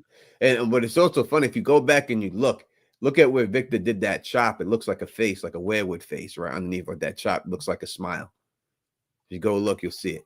Ooh, I have to take that back. I also call her Ana Lucia Debbie as well. Ana Lucia Acosta. So please help me. I'm your friend. No, you're not my friend. So go off to Elgin is talking bullshit to Ellis. He's just, I can't say it any better than that. He's just talking bullshit to him. He's just, it's the guilty motherfucker that's at the poker table that's bluffing you that can't shut up. He's just talking and talking and talking. Oh, yeah, one time when I was a kid, I was looking for a kid on a playground, and we thought he was lost, and the mother knew somebody, his mother's sister's cousin, and it wasn't a bad thing that they were lost. It ended up being like a good thing that they were lost. You know what I mean? It was like good that someone was gone, right? Ellis, you get it? It's good that someone's gone. And Ellis is like, shut the fuck up. I don't give a fuck about the stupid kid. Like, what are we talking about here? But he doesn't pick up on it there. It's not till later that he picks up on the bullshitting. But Elgin does Elgin want to get caught, Tony? Is that what it is? Is he like, is he in a position where he's like, yeah, this is the guy you can't commit a crime with. This guy who gives away everything. He's just, he's folding under pressure. Like you can't like, if you have Acosta put him in the interrogation, the Batman voice him, he's giving everything up. He's gonna give it all up. He's just a guy you don't commit a crime with. Is Elgin? Would I shove it down? He's not got nothing for this game. Tell me what you know. My name is Ana Lucia Acosta. You tell me what you know, Elgin. Yeah, he wouldn't last 5 seconds with that. Excuse me. Oh my God, I think I'm getting sick through the phone. Jesus. Excuse me. No. Okay. So, Yeah, that would that be hilarious if those would be the most hilarious podcast of all time if I suddenly got sick in the middle of it and we're like the two old guys from the Muppets doing the Jesus. podcast. Yeah, this episode. Let's hope So no, I'm more hungover than sick. Elgin and Jim search the trailer and they head inside. Last time you were in here, it was my fault. I thought I was going to lose you, like Thomas. I would never forgive myself. He explains what kind of a situation. Ethan says it was not your fault. He kind of lawyers Ethan into forgiving himself here. Good dad moment. He says, Ethan, why shouldn't I not be upset with myself? And Ethan's like, well, it wasn't your fault. You did your best you could when you were scared. And he goes, that's exactly what you did with the ruins with Julie. You did the best you could. You can't blame yourself. And Ethan's like, fuck, I guess you're right. And Jim says, this place wants us to be scared and blame ourselves. You need to remember when bad things happen, it's this place fucking with you, basically is what he says. It's not the decisions we make. It's how we face them and we do our best, blah, blah, blah, blah. Things are really okay, buddy. I love you. And as they're walking out, Tony, they hear Thomas again on the CB radio going, Ethan. And Ethan turns to his dad and goes, you're right. That's not him. And that's where, like, I thought maybe I'm making shit up. Like somehow he had more connection with that entity and realized it wasn't Thomas. But the voice says, where are you guys going? And laughs at him. Like, again, more trolling, Tony. And the thing laughs at, like, where you going, Dad?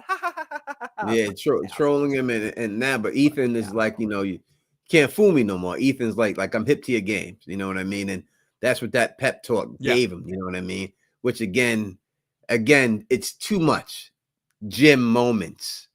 And when you get moments like these, it usually ends bad.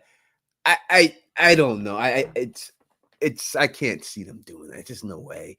But normally this is when they give you this much shine, it's just to set you up for the big fall.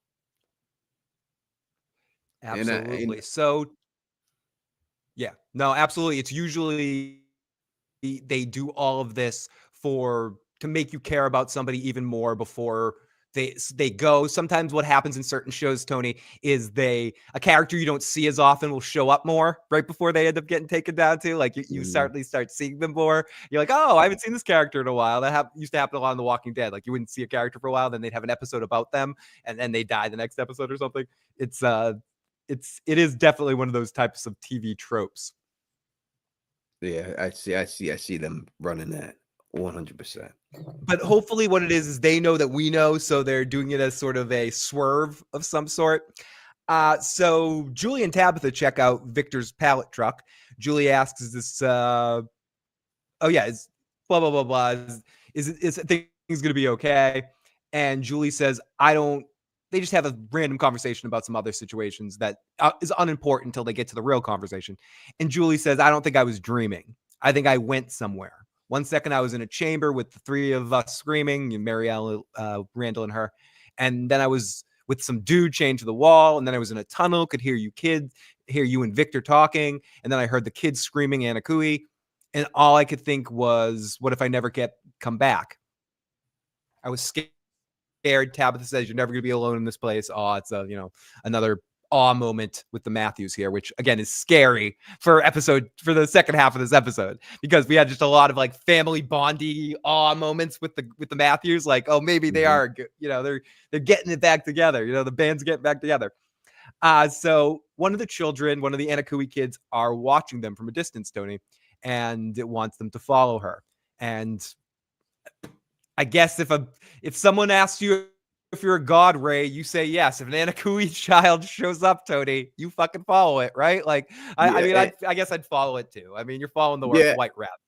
Yeah, you might as well do it. Go ahead and follow exactly like the white rabbit. Go out there, and we see that it's only Tabitha could see it. Tabitha's there, but Julie can't see it. She's just going by what Tabitha's seeing. So yeah, not everybody can see the Anakui children. So people who see them are special, I guess. But not everyone can see them that are there. But she sees them and she walks them down. So we're almost done with this episode. A couple more scenes. Henry is talking to Jade. I'm feeling like I'm starting over with a different person. This was a great scene too. I love Henry. Henry's probably one of my favorite new additions to the cast. I think he fits in well, and I like his vibe, his like no bullshit attitude. He's a drunk, like his his always drunk all the time. He'll just say whatever to people. He doesn't give a fuck. So Henry's talking to Jade, and him and Jade are just a fun combo. I feel like I'm starting over with a different person. Jade says, you are. And he goes, why the fuck are you talking to me anyway? Like, well, like you could talk to Tabitha, you could talk to so many other people. I'm like the worst person to talk to. And Henry says, no offense, but you kind of remind me of Victor. And Jade's like, what? I'm Victor?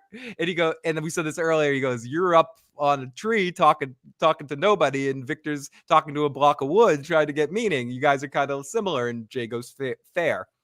And Henry asks him, what would he do if his dad was here? And again, I mentioned this earlier. They've mentioning Jade's dad way too much for him not to show up in season 4. So Jade says, for one, he tell me where the fuck he's been my whole life. Jade says, Victor's not broken. You can't fix him. He's a product of this place. He's been surviving here for decades. He's Tarzan growing up in the jungle. I love this comparison too, Tony. He's Tarzan growing up in the jungle, and you're the asshole showing him he can't use a fork. It's not rocket science. I'm going to head back to the bar and pretend to be productive. Fuck Jade. Jade out. You know? Yeah, 100%. That was a mic drop situation for Jade on Henry. And Henry, I'm surprised Henry just didn't go, oh, I'll join you. Yeah, because Henry's ready for another drink. You know what I mean? So that's where he said, I'll join you. But he kept walking. And where the hell Henry walking to? He walking by himself. Does he even know who he's looking for, Henry? Does he know what she looks like? Has he seen her before? I mean, what's Henry doing out there? Going around there by himself. How does that help anyone? He's drinking. I assume he's got a flask in his he's got a bottle. I bet you he does have a flask, that bastard. He filled up his flasks at the bar. He didn't go out empty-handed. I know too many drinkers. He did not leave that bar without a road drink. There's a 0% chance of that. So we go off to Elgin and Ellis looking in that was the Brundles, right? That they were in? Yes, they're at the Brundles. And he explained she helped him and she was his proxy and she did great things. And this is when Ellis starts to get wise and starts figuring out what's going on. Elgin says sorry about your mom. And because in the last scene, Ellis disclosed that his mother had passed too. And he tells him, I'm not going to lose Fatima. It's not going to get to that, And Elgin's like, yeah, she's going to be fine. She's going to be fine. This will all be figured out. And then he explains, when I was on the bus, I had a dream. And since then I've been, thinking that what if all this is happening for a reason? And what if even Fatima missing is a good thing with the baby and such? Like all of this, Tony, again, does this dude just want to get caught? Like he basically, wasn't he just tell him? Wasn't he just tell him I have her? Yeah, I mean, he might as well. He basically did. I mean, from that, if I was Ellis, I would have grabbed him and stuck his face in the water and started drowning him and be like, this is where it's gonna go down. Definitely dry snitched on himself. I would have started drowning him, like, you're gonna give it up to me right now, bro. You're gonna give it up to me right now. But you're gonna pause. You're gonna give me this information. I know you know something, bro. I ain't even trying to hear this shit. And that would have been it. And then maybe he would have got a real flashback if he would have started drowning his ass. At this time, it's for real. That you're really gonna drown, and now you give up everything. Smelgin is now creepgin. Oh my goodness, that's good. It was I almost expected Ellis to do that. I don't know what Ellis is doing in that moment. I don't know if he's going to try to lead him into a trap of some kind, and he's sort of thinking more strategically in that moment. But I think they made it obvious that he knows that Elgin knows something in that moment. So I think that'll probably be dealt with quickly in the next episode. And I almost thought exactly what you just described was going to happen. He was going to throw Elgin's face in the water and be like, give him tell me what you fucking know. Where's my fucking wife? But it didn't go that way. So we're back in our final scene of the episode. And Elgin is like, don't be afraid. We have all the info. She's going to be okay. And Ellis kind of follows him, gives him the shitty vibes. So we go to Fatima in the hatch. She's trying to get it open. She can't do it. She's trying to pull the hatch. It won't quite open. And Kimono Lady shows up and she's watching. We cut over to Tabby and Julie, who are following Anakui. And we come back to Kimono Lady telling Fatima to shush it. And she puts her on the bed, picks her, essentially drags her on the bed, covers her mouth to shut up. And I'm only going to say this now because we discovered after the fact. Victor's already in there at that point. Yeah, Victor's just sitting in there this whole time. Like, who knows how long Victor's been in there. exactly. And we go back to Julie and Tabitha as they lead her, as Tabitha gets led into the cellar. Tabitha looks in, heads down herself. As she steps in, she gets another flash, an uneasy feeling. She stops, she goes back in. Kimono's trying to keep Fatima quiet as it goes back and forth between these two scenes. And Victor's in there, really creepy. I almost thought something really bad was going to happen the way Victor was standing. But he was standing there. He goes, "This is where she left us. It's not fair. I thought I was kept alive for a reason. But no, I was the reason she died." And sad line, but probably true. And she says, "It's not your fault." And she hugs him. And you were just a boy. And we get a flash, Tony, of young Victor and Eloise. And Miranda and runs out. She runs out quickly. No. She does the Luke Skywalker. No, that's impossible. And we get another flashback of Victor's mom running through the woods and running off to the tree and getting killed by a running Smiley. Tabitha comes out of it as she died, and she screams, "Don't touch me," as Julie and Victor come around her trying to help her out. And that's the end of our episode, Tony, which I think basically says that Tabitha has some spirit of Miranda within her. Yeah, no doubt about it. And again, that all leads back to my dream realm theory, because it makes sense. It's like the dream realm theory here that I made up. It's the only thing that everything can be explained in. And if these people are stuck in some sort of dream realm, because we know we have a guy who claims that when he was asleep, or quantum leaping type situation, that when he was asleep, he was able to transfer his soul into somebody else into the future and walk around as that person and stuff like that, right? So that would explain that. It explains anything that's in there. I would just tell y'all, go check my other two videos that I just dropped before, and I talk about both of those things. But it's definitely some type of spirit that's being passed on here. Yeah. And I've like a chosen one kind of situation where different people become and are filled with the memories and the experiences of the previous hosts. And who knows how long that's been happening since this town existed. I don't think Miranda was the first one, and I don't think Tabitha might not be the last one. So we'll see how that dictates. The phone lines are now going to be open, 781-990-8509. We probably won't be on as long as we usually are because Tony's sick. I don't want to keep him on too long tonight, but that's why we went right into the recap tonight, and that didn't take some calls at the beginning. But we'll open the phone lines, take some calls for a little bit, and we'll all get ready for the season finale next week. But please keep jumping on in. If you haven't already, hit the like button and subscribe to both channels, 100%. But especially Teflon TV right now to get him and get us as close to that 100,000 as we can before the end of the season. We're almost there. You think we'll get to the 100,000 before the season ends, Phil? What do you think? I sure freaking hope. I think the people can do it. It's not up to us. It's up to them. I mean, that's what it comes down to. Do they want me or us to get to this point? We are at right now 98,645. Yeah, you're going to hit it eventually. It's like, do you guys want us to hit this during the From season? If you do, everyone out there, share this away. Make sure let's all work together to get Tony and get us over that 100,000 number. We are at our first call of the night. 2 calls came in at once, but this is our first one. This is from 618, I believe. What's your name and what's your question or comment? Welcome to the show.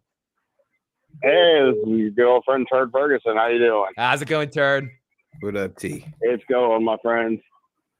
It's going. Hey, I was just thinking, and what you said about Star Trek earlier kind of brought me to another thing to go with Tony's theory about like a dream realm and all that. There was an episode of Star Trek Voyager where they beamed into a place, found some people in like a stasis chamber. And when they interacted with the pods or whatever, they found out that they were in like a dream type state, but fear had taken over. Yep. Which, if Tony's theory is right, that would play right in. Also, it seems like I'm still holding true to my it's Julie telling a story. But if it's not that, I think they're in some kind of like quantum realm. Because if you look at it, everything is happening at the same time, kind of like Schrodinger's cat. Like you don't know if anybody's dead or alive, and these people don't know what all's true, and we're getting stuff that's happening. The effect is happening before the cause.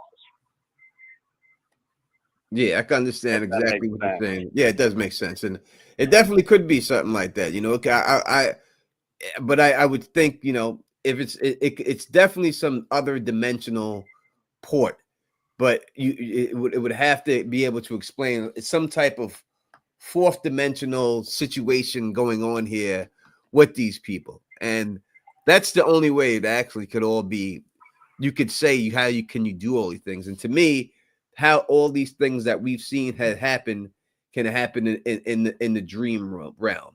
Everything, the time traveling happens in the dream realm.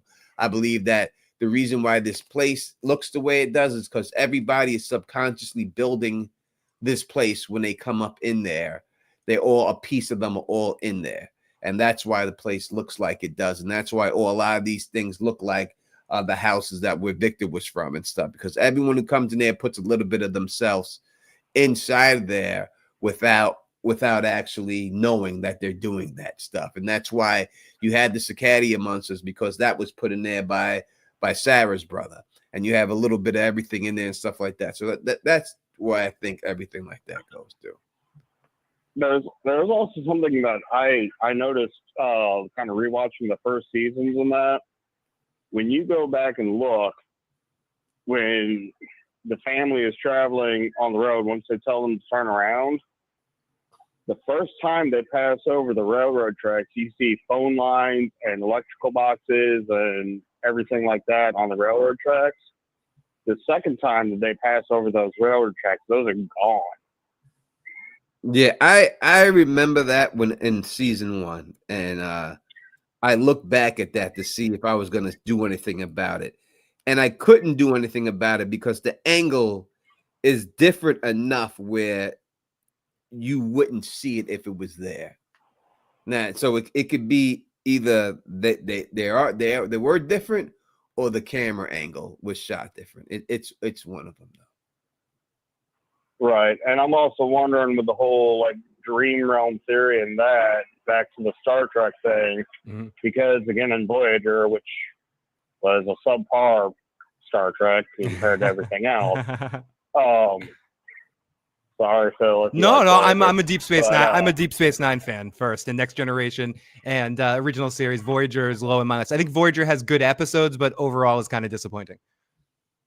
Right, but there was also a lot of, and they even did this in Deep Space Nine too, a couple of times with memory implantation. Yep, with Romulans a lot of the time too. Romulans would do that often. Romulans, there were a couple of alien species because Paris like got sentenced to relive murders over and over again in his head and whatnot. But yeah, so if Tony's right, then like a quantum state with people being merged together and having memories implanted and all that stuff would be a great twist. Absolutely, Turd, as always, amazing call, my friend. All right, you take care. You guys have a good night. Hey Tony, hope you're feeling better. Phil, great talking to you again. You too, my friend. Take care. Let's take a couple of super chats before we get our next call. Gage says Tabitha is Miranda, Jim is Henry, Julia is Eloise, Ethan is Victor, Jade is Christopher, reincarnation until they beat the game. I don't know if it's that simple, but that is definitely a fun game to play. The Real Rebel, Eric says Fatima's postpartum is going to be unheard of. And then we got one more from the amazing LU Scannon, super sticker, thumbs up. Thank you so much for those super chats. And this is from our suspected spam caller, so I think I know who this is. Welcome to the show, Julie. More spam, yes. Julie. It's Julie B. It's not spam. Now I just know that means it's you. It's sort of like your calling card. And I love that. I don't love that when you called in the other night to Tony and LMR that it was spam as well. So it's not my system. It was like everyone's just marking you as spam. I don't understand it. I don't know what. I didn't change my number. I don't know. I don't know why it's maybe I'm calling you guys so much that it's like it's flagging me as spam. I must be a spam caller. Yeah, I don't know. Who knows?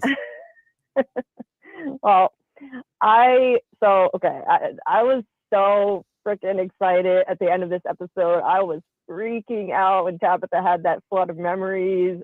Like I was just like, I was doing a watch party in my Discord. I was just like yelling, I knew it, she's Miranda. You know, it was amazing. So congrats, Tony. I know you and I both were convinced that this is it, and I don't know what other confirmation we can possibly need from this. For me, it's right in our face. I don't know how we could. I mean, yeah, you could maybe explain it as she's just getting a flood of memories from the person in her previous role, but I just think it means this was her past life. She's getting these memories because this was her past life. That's what makes the most sense to me.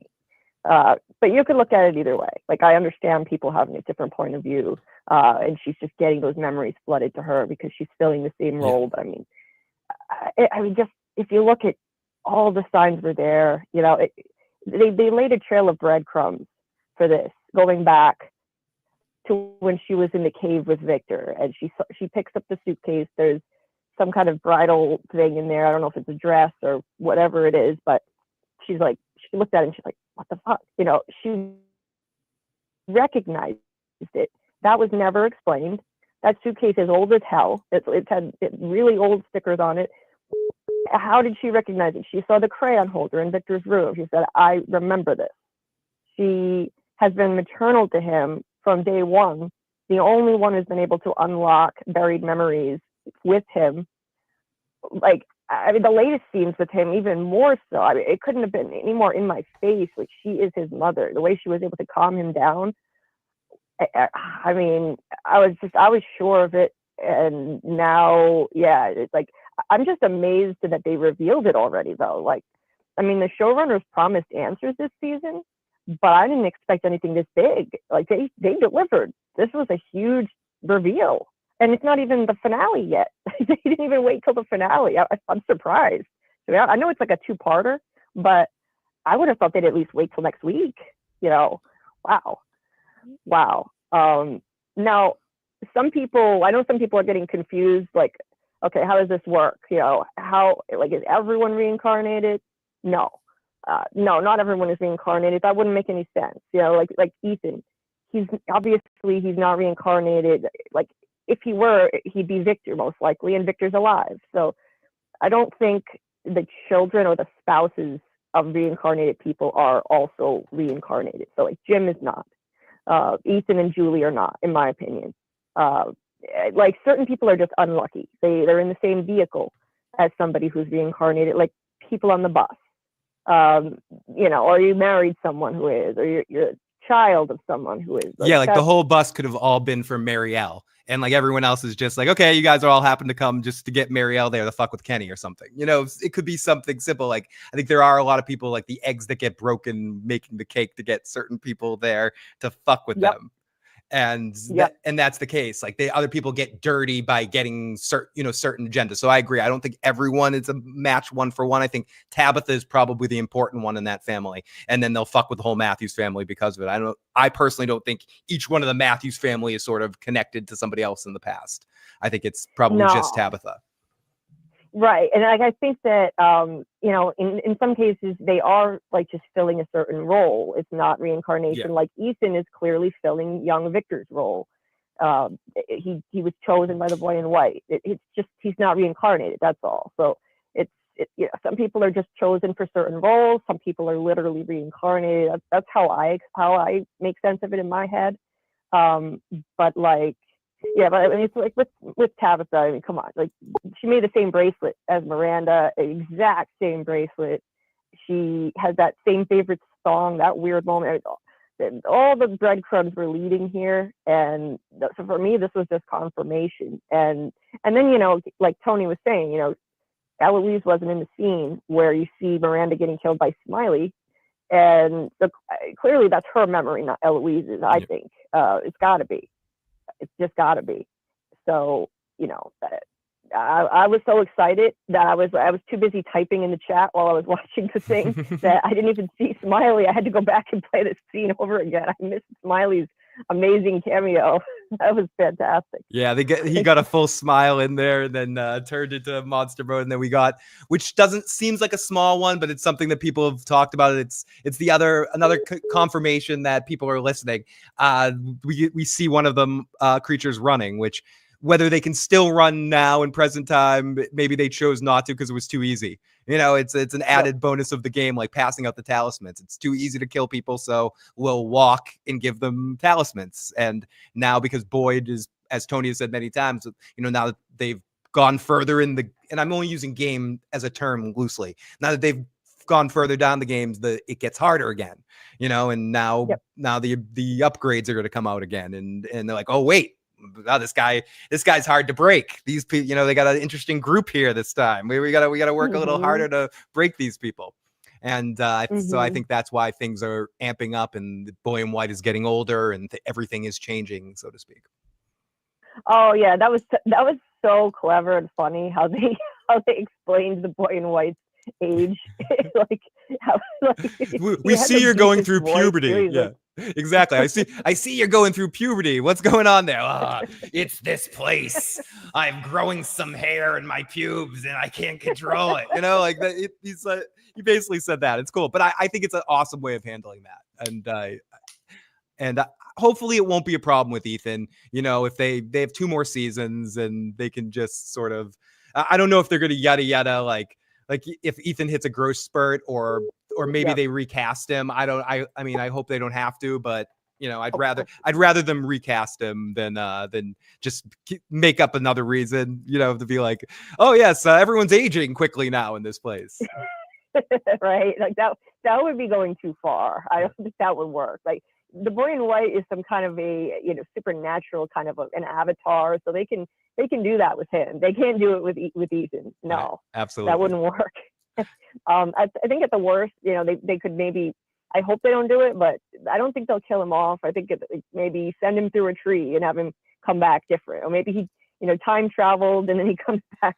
Comes back older. I think this is one of those situations where I do hope that they learn from the predecessor with Lost, that you figure going into this they have to have a plan for this, because that was a big thing with Lost with Walt. Like, they had to right directly affected with Harold Perrineau's character, that they had to completely retool that whole situation because the actor hit a growth spurt, and it just made it hard to keep up with what they were doing in that situation. People want to know where Walt went. A lot of it was the actors started to look as old as Harold Perrineau, like by season 3, and they just couldn't rationalize that on the island. So I figured probably they have some sort of plan around it. That being said, I mean, Breaking Bad, in the Breaking Bad movie, they had Todd be like, 10 Todds put together and no one cared. So, I mean, maybe they could just have Ethan look older and not say anything. I mean, I don't want to like that's probably the best way of handling it. If they just do it, just ignore it and shoot around it as much as you possibly can. But I like what they did with the Boy in White personally, but you can't just do that with everybody.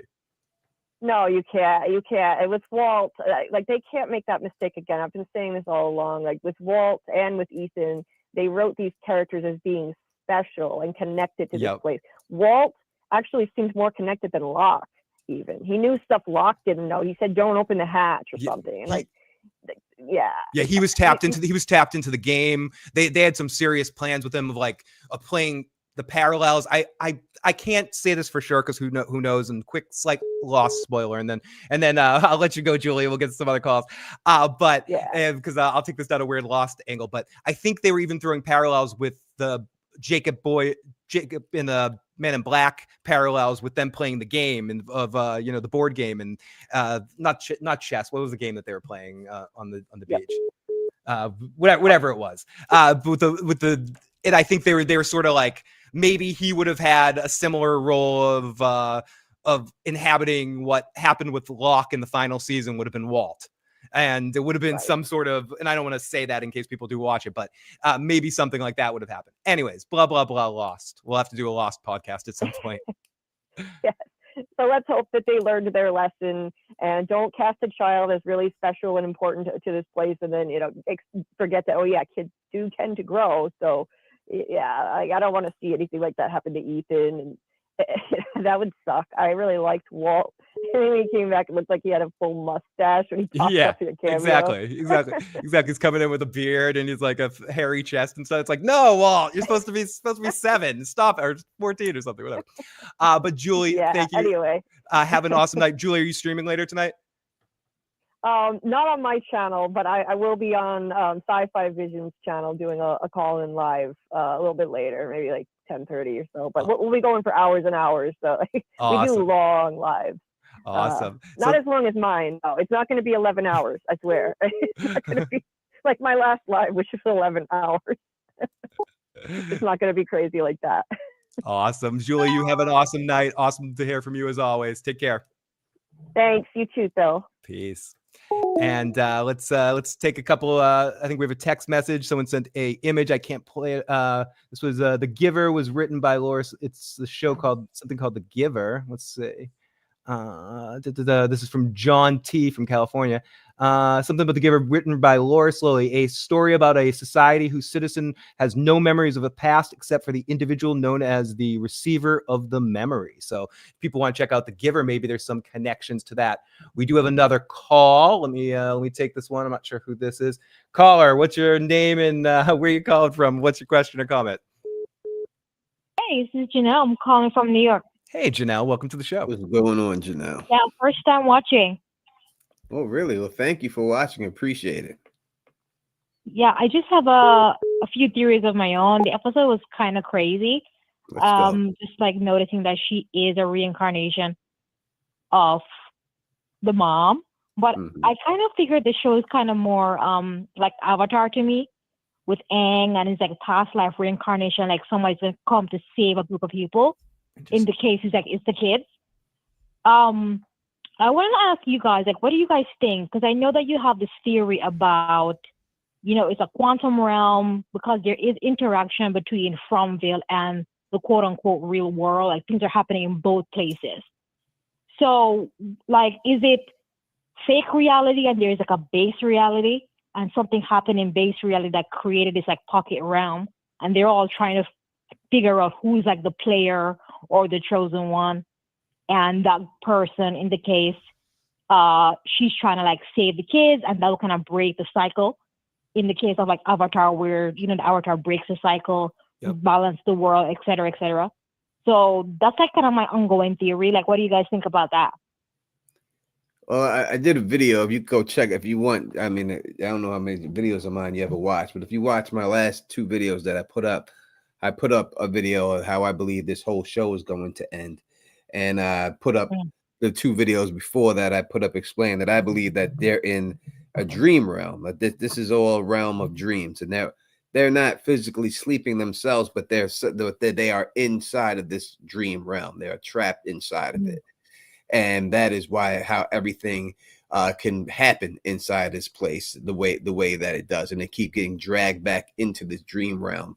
And the only way to stop this whole thing, I think, in the end, is going to be them going back into time and preventing the sacrifice from happening to begin with. And once that happens, then it stops the whole situation from happening, and everybody goes about their lives. So I think that's the only way I could see it ending the whole show, is them doing something like that. Now, question, because I know this show is like a bunch of like, red herrings and stuff like that. Because I feel like I agree with you that they might go back to like the first time the sacrifice thing happened and everything went crazy. We're seeing that it's the mom, but I think it's the daughter that's going to save everybody. What do you think about that? It's going to be Julie is the one who has the power to do it. So we don't know anyone else unless the other 2 that were locked up have the same powers. We're not sure, but right now it's just Julie. And I think they made a point of showing that she couldn't bring Ethan along because she didn't know how to use her powers yet. But once she learns how to use her powers, she's going to be able to bring other people along with her. Right. And who do you think is the guy in the cave? Who's locked up with the chains? Like who you think is that? I think he's Martin. I know people want to say he's somebody else. It's possible he could be. He does say the way he reacts to Julie is like he's seen her before and hasn't seen her in a long time. That's the reaction Right, he because got. that's the craziest thing to me. That was like my biggest thing from the season. Like, who the hell is that guy? And he knows her. Yeah, he was so like it wasn't. It was like, I know you. Like, oh, Julie, is that you? Like, I haven't seen you in a while. Right. Yeah, it's hard to say. I can't call one person being him right now. I mean, that would be crazy. Someone say Ethan. That would be crazy if it was Ethan. But yeah, no, Shit. Oh my God, that'd be insane. I have to see. I don't know. I can't call it right now. For right now, I'm just gonna say he's Mark. All right. Do you think someone's gonna die at the end of the season? Do I think someone's? Yeah, of course. I don't think they said that we're gonna lose people, but before the season, beloved characters. They said, and I don't think we really lost a beloved character yet this season, except for Kenny's mom. I don't think that she can. They have to kill someone from the main cast. Has to go. It would be 2 seasons in a row that they didn't do that. So they got to kill someone from the main cast before this is all said and done.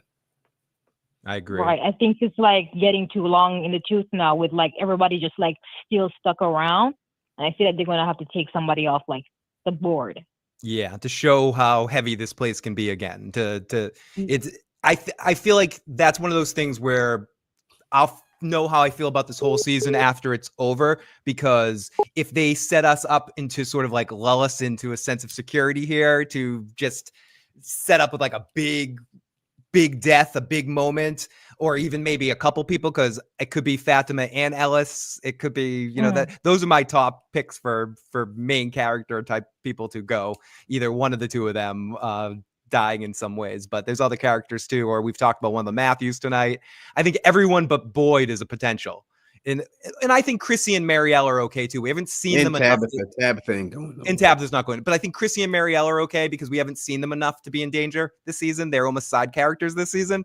But so I think it's either someone in the Matthews or they're setting up all season with the Fatima and Ellis storyline. It seems like we need a payoff from that, and that's probably not going to be both of them surviving the season. And Elgin, of course, too. Like Elgin might not survive all of this either. What do you guys think about the theories of that they're placing people in the world to kind of like fuck with people, like people who are like double agents? Do you think there's anything to that? Like I don't see that. People say, oh, this person's evil, that person's evil. I don't really get that vibe. I just think people are just like weird. They're freaking out. They're in this weird place. They don't know how to operate. And I think the showrunners are kind of throwing us off by doing that. We get that energy, but I don't think it's like there. I certainly think it's possible. I could see it both ways in this situation. I know Tony and I have both of times have called out Donna for being creepy with her hands in her pockets as the mole thing. But I've also called out 3 people that I thought it was and had I thought it was the bartender. I thought it was Tilly. I thought, so who am I to talk? And so at this point, I'm almost in your camp, caller, of just being like, yeah, there's nobody, it's just a bunch of paranoid people. But if anyone it is, I'm on Tony's side with the Donna thing. Donna's sketch. There's something a little sketchy about Donna. So this is my final theory. I think so. It's a cycle, and there are people showing up. Obviously, I think somebody within that group is actually the person that's kicked off this whole entire sacrifice thing, and they might be the red herring. They might be the imposter all along. Like we don't know who is in the group that actually did the first sacrifice or what went wrong, created the loop. But I think that might be the answer to, there's someone among us or among within the group who's like, the imposter. So it's almost like the video game Among Us or the reality show like Traitors. Have you ever watched the reality show Traitors? It's side story. No, I didn't. I've seen clips, but I'm kind of a gamer, so Among Us is like a good reference for me. Yeah. So that's where I'm kind of pulling from. That this person is the one that's kind of messing up things, and they're coming back in the loop, whether they know it or not, and then they're like acting out in a certain way that kind of like also even. The 3 kids that also went to the cave, that might be something to that as well, right? The other girl, the nurse chick, she's kind of weird. Yep. So maybe she's a part of that, but she doesn't know that she's actually a part of like the loop, the system. I mean, she might be like a villain from the original sacrifice. So that's like my ongoing theory that they don't know. But when everything's said and done, we're going to find, oh, yeah, she was the reason why this happened, or he was the reason why this happened. Very interesting. Great first call. We hope you call in many more 100%. times. Yeah. Sure. I watched you guys' reviews because this episode's kind of crazy. So yeah, well, I love the show. I'm going to go and say anybody else can come and talk. Awesome. Yeah, thank you. But please call in anytime, my friend. Thank you so much. Great call. Let's take this one. This is from 81. Oh, we lost it, but they'll call back, and we're gonna take a few more calls. I don't want to keep, like I said, Tony, I don't want to keep you too long. So I'm not trying. People are like wondering why I'm not talking. My throat hurts. I can't talk. So I'm being mean, and I'm not letting Tony talk. I'm like, Tony, Tony, don't talk. Hold it down. Don't damn talk, Tony. Oh my God, we're getting 2 calls at once. Let's take this one right here. We want someone to talk. Ladies and gentlemen, the one and only KP. What's up, KP? Good evening. I am at a pool party, so I'm just taking some time to reach out to my friends and say, this episode brought me back. I'm glad that we got some answers that made some kind of sense. Not the biggest fan of the reincarnation thing because of it. Victor and Ethan existed at the same time kind of spoils that, I think. But there's definitely echoes of a past experience that different people are becoming aware of. I think that's an interesting idea to play with. I'm glad that they didn't try to wait until next season to give us that dumb answer. And they gave it to us in the 9th episode, not the 10th one. So the 10th one now, we should probably get something a really interesting surprise. Yeah, or big action episode. I was very happy about it. Yeah, I'm assuming they or an action episode. I'm assuming we're gonna get a heavy monster action creature episode, that kind of vibe, KP, because this episode handled a lot of the emotional business for a finale. So maybe they got all that sort of emotional stuff to kind of set up some big like fucking crazy shit in this final episode. That's what I feel like we're in the precipice for a lot of wacky shit happening in this final episode. Oh yeah, definitely, and I'm very interested in seeing what Elgin's role in that episode and going forward will be, because I get, while I was watching this episode, I was seeing the way Elgin has been acting. I get heavy Renfield from Dracula vibes. The Dracula's, right hand man, the guy that helps him to do his manservant, and in some places like his little bitch boy, like he just pushes around. I get that kind of vibe from Elgin. That's obviously somebody else is in control of him. So why is he choosing to do all this? Why was he susceptible to this kind of nonsensical idea? Is that's left to be seen. But I think in this last episode, if there is an action, Elgin may very well prove to be a big part of that action. But one thing I was kind of messed up about was the scene with the scene with Fatima, and finding the cellar door, but never being able to open it because she got attacked by the kimono lady. And the other thing was, how does Tabitha start to walk down those stairs and then see Victor, but not hear the screams of Fatima?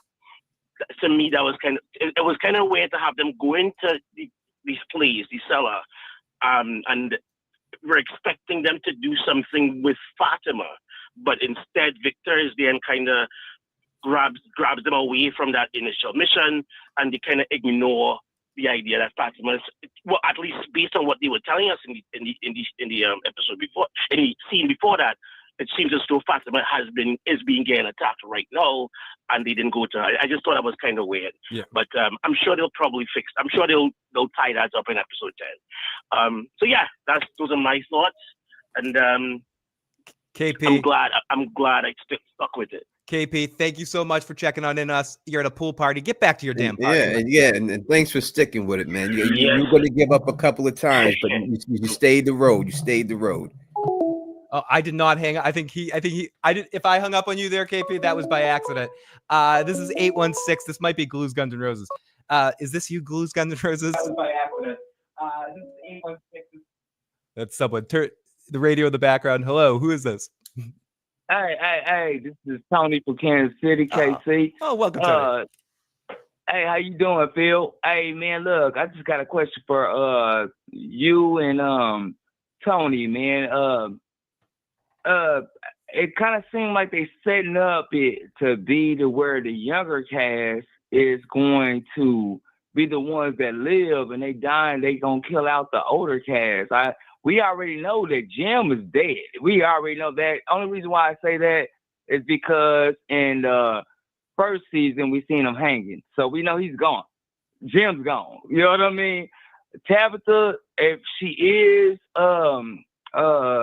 Miranda reincarnation, then she might be dead too. And then we got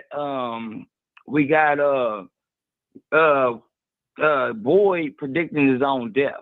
You see what I'm saying? He's like, hey, man, look, I'm passing the throne on to you. You know what I mean? So it seemed like they just setting it up to where the older cast is about to die off, and then the younger cast gonna be there. We know Ethan always being a star, but they starting to make it Julie's story way more important than Tabitha getting out.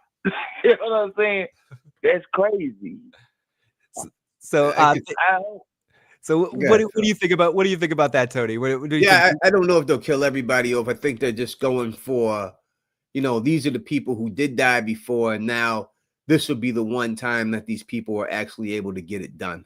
If they were going to kill everybody off and do that, they could have done that and then do a whole new like a whole different with these characters and older.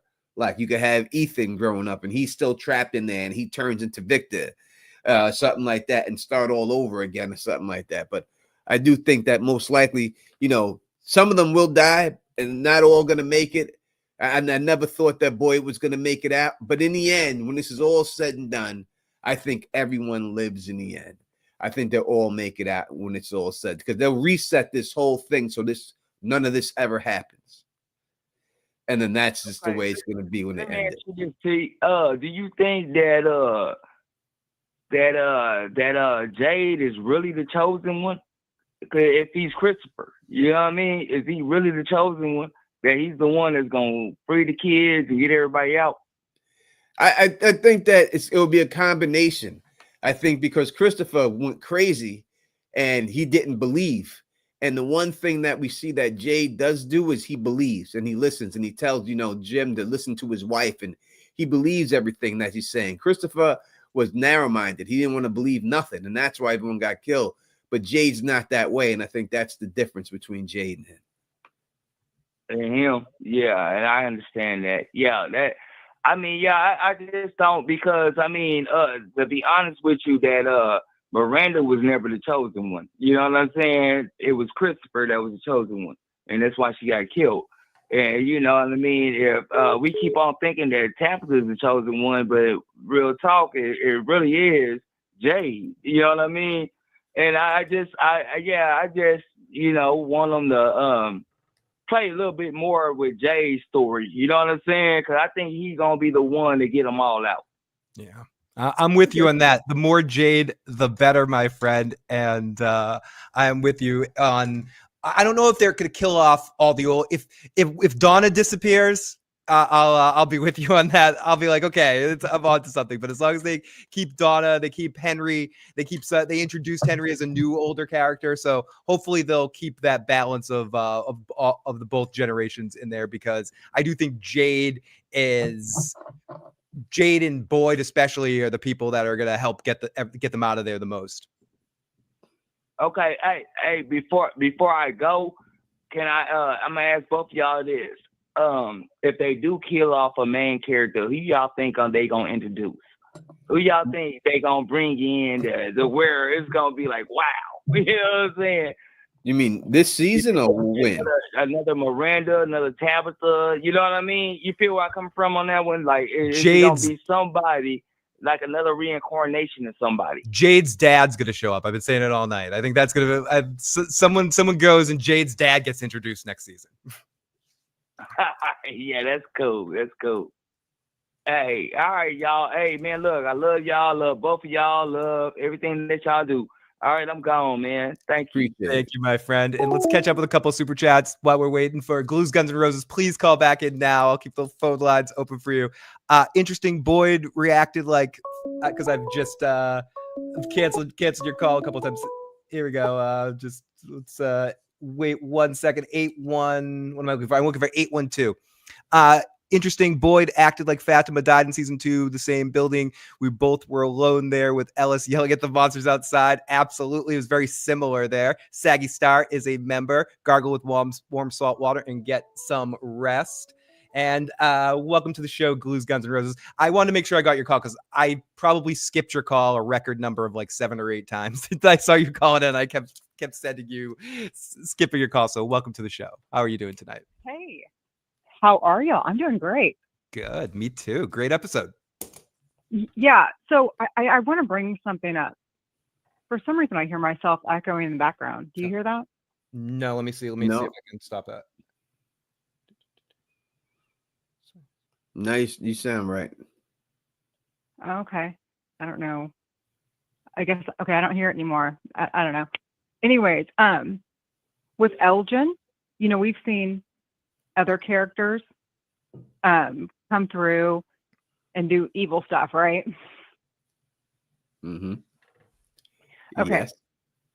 For some reason, not for some reason, I believe Elgin is way more sinister or way more evil than Sarah or anyone else who's done anything. Because if you think back, like Elgin reminds me of, you hear like those sad stories on the news of like these parents who kill their children because they believe it's the right thing to do. Like they believe God told them to do it or something. Do you know what I'm saying? Yeah. There's actually a character on Oz, if you ever watch HBO's Oz, this woman that drowns her child because God told her so, stuff like that.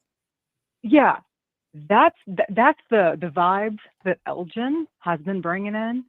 Like you would think, because, in the town meeting when Boyd's like, all right, y'all, they said we can't find Fatima. She's hiding real close. And everybody else is like, yeah, let's get her. Elgin's over here like smirking like, I'm doing the right thing. I know where she is. And then he even offers to go with Ellis. Yeah, that's it's creepy. Total it's like, sinister. Yep, I'm with you. With a smile, just with Sarah, at least with Sarah, her creepiness of kissing Toby before she murdered him. But before she did all that, she had some type of awareness. She asked Christy, like, if you had to do something bad, but it was an overall win, or like it outweighed, or like it was good in the end, would you do it? Like she was kind of battling with it. Elgin was like game from the get-go. So to me personally, Elgin there's nothing. It's like Charles Manson, Jim Jones, like total off their rocker, in my personal opinion. Yeah, I agree and disagree. I don't know, like the people you're talking a bit about, like the lady who's on trial, still on trial right now, that blonde haired lady who was on the Wheel of Fortune and all that stuff, who Chad Daybell, the Daybell's wife, and all that stuff. Like that stuff is see, to me, like I don't feel bad for that woman at all because of what she did to her children. It's disgusting and everything else, and that whole situation is disgusting. But again, we've seen a woman who exhibited no signs of that until she met this one man and allowed this man to influence her to the point where she went out there and murdered her children and stuff. So the blame to me would be more on him, Chad Daybell, than the wife, because he's the one who did it. He's the cult leader. So I would feel bad about Elgin, but I have to feel worse about the cult leader, who would be the kimono lady who actually influenced him to do it. So I give her more blame than I give Elgin for being weak-minded and allowing her to do that. You know, some people just aren't as strong as other people.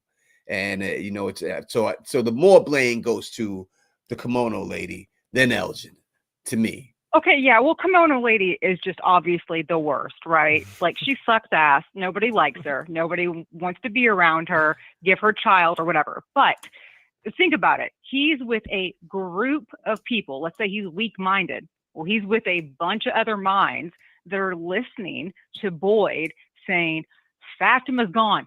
Sarah, who, by the way, Elgin does have a connection with. Like, they talked, you know, sort of. Like, They we both vibed. hear stuff. We're both weirdos, you know. But Sarah had the voices tell her, we're being laughed at, y'all.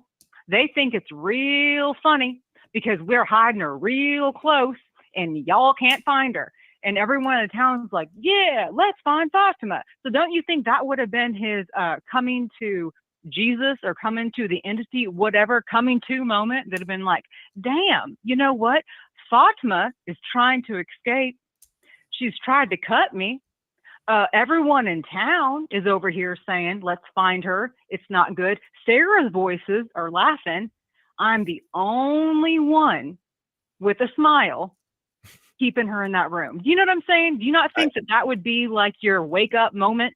You would think it would be. You know, you would think it would be. But if he's that convinced, as some of these people who do these terrible things, that they're actually going to save everybody and be the real hero by doing this, then maybe he's willing to say, you know, listen, the road's going to be hard, but, you know, kind of, but I have to do it. You know what I mean? It's kind of like, you know, who was that? Job, who was told by God to slit his son's throat, right? And stuff. So, Yeah. you know, if it's a situation where he's feeling that deep about it, then he's going to try to hold his weight, you know what I mean, in there and stuff like that. Maybe. I don't know. I guess for me, like, as another lady, just seeing him drag her down the steps, that's horrifying. Like, to me, honestly, that is the most horrifying part of the show. Him dragging her down the steps. And he's one of the bigger guys. It seems like most of the castmates are about the same height. But Elgin seems to be one of the bigger guys dragging her down. And y'all making fun of her for just cutting his hand. Fatima tried. She's itty bitty. She made an attempt. Probably doesn't weigh a buck, too, you know? Like, She about 92 small pounds, woman. 95 pounds, I would say. Yeah, and she soaking probably wet. had 10 pounds on Tilly, so it's like, so she was able to stab him. That's tougher thing. At least you got a shot in. Fair point. Very fair point. Okay, but anyways, that's all I wanted to say. That I think that if the last caller was talking about who I think guys, I do think Elgin is pretty high up there, and maybe at the end they'll see like, oh gosh, he saw the error of his ways. And right before that, and whatever, he's redeemed, and then he dies, maybe. I can also see Jim, like y'all had said, because as much as I've hated on Jim, and I still want Jade to sing love songs to Tabitha, Jim has tried better this last episode. He finally got it, you know, trying to be a better husband. But I do think Elgin's up there as well. So, all right, y'all. Tony, I hope you feel better. Thank you very much. I appreciate it. Thank you so much, Glues, Guns, and Roses. Nick Knack Studios says, thank you so much for the super chat. KP did strike an idea in my mind. It's really weird. Yeah, it's weird that KP would do. No, I'm kidding. It's really weird that Victor just happened to be in the cellar at the right time as Victor's subconscious mole. Maybe. Yeah, it is weird that Victor was in there. 100%. Not the person I would suspect being standing there right there. No, it was a very unexpected moment, as I expected them to come down and deal with the Fatima situation, and it was a total like what kind of moment where it's like, oh, Victor's there. That's kind of creepy and weird. But area code 808, welcome to the show. What's your question, comment? And hey guys, how you doing? John Taylor. How's everybody? How's it going, John? Awesome. Big fan. Hey, I was just thinking, because I watched it today, there was a couple of things. One, it was like when she touched Victor and basically remembered being his mom, and then Julie touched her, like she jerked away from Julie and told her not to touch me, and then she kept reaching for Victor. So I wanted to know what you guys thought about that. And final, like Victor, when he cut the tree with the axe, it somehow did summon the boy in white. Yeah. So do you think if he got Jade to the tree and then hit the tree with the axe, he could summon the boy in white, and then maybe the Jade could talk to the boy in white. I know the boy in white was upset because Christopher didn't do what he told him, but maybe it's a way to connect him and Jade. It just seems like certain people could see certain characters that here. So I don't know if Jade would be able to see the boy in white. Maybe he could, but I don't know if every time you want to summon the boy in white, you just gotta chop the tree. And Yeah, is get that him like the there. Batman signal? Like every that time what you it want the boy in white, you just start chopping the tree. That continues to ask that question. What if Victor had just kept chopping the tree? Does the like you had asked Tony? Does Tony was asking, like, does the boy in white come back and kill him? Does he stop him? Does he send in the crows? Like, what happens? Man, I don't know, but somehow it seems like he doesn't want to hurt him and he's trying to protect him, but I don't know any other way. I think that's the first time we've really seen the boy in white this whole season say anything, if I'm not mistaken. Yeah, just in the I don't first know episode. any other way you can get him to come out, because he seems like he's upset that Christopher didn't do whatever he told him to do. Yeah, we've only seen him he got pretty upset. We've only seen him in flashbacks this season. I think this is the first time we've No, seen him. well, we've seen him with Tabitha. He was outside with Tabitha when he's walking in the street. And this is no excuse that he's given that this guy didn't answer me, so I don't want to do nothing, because he's been popping up doing stuff ever since season 1. And that stuff had been happening. Right. So he's playing games, this guy. Right. Well, hey, I appreciate it. What did you guys think about Tabitha? It's like when she morphed, when she remembered her death. So obviously she has Victor's mom's memories, it would seem so. So like now that she has those memories, maybe she knows the story, and maybe she can tell Jade that story now, and maybe that story will help. Yeah, because if she has the memory, she may know exactly when she came in there, why she came in there, and everything else that happened while she was in there. So she doesn't have to redo the whole thing. So maybe pick up from some spot and move it forward. Yeah. Right. Well, looking forward to the final episode. I'm sure you guys are too. Yes. All right, guys. Take care. Have a good week. See you guys. Peace. Have a good one. And yes, is Victor a subconscious mole? I don't know if he's a subconscious mole, but it's interesting that he went there in that moment. And I just don't think I think it's been established that place has really good sound protection. So I just don't think, I think Victor was wrapped up in his own shit. So he wouldn't have listened to the wrestling around. And I think Kimono Lady was able to stop Fatima before she screamed. I think that's why they showed that with her stepping up. So Victor never actually heard it. Jen Hack is a member for 6 months. Thank you, Jen Hack, our other friend from Australia. Hey there, Phil. I call myself Philly. Phil and Tony. Tony. Hey there, Philly. Hey, Philly. I can't believe I called myself Philly. It's like, it's Swarley or something like that. Drumming is fun. We do have a voicemail, I think. Let's see if we can get. All right. Well, I'm calling because I've been humbled. I was going to give Tony a lot of smoke, all the smoke, because of his past theories. But after watching this last episode and seeing how Tony was right about Tabitha being reincarnated, I have to give Tony his flowers for how Tony was right about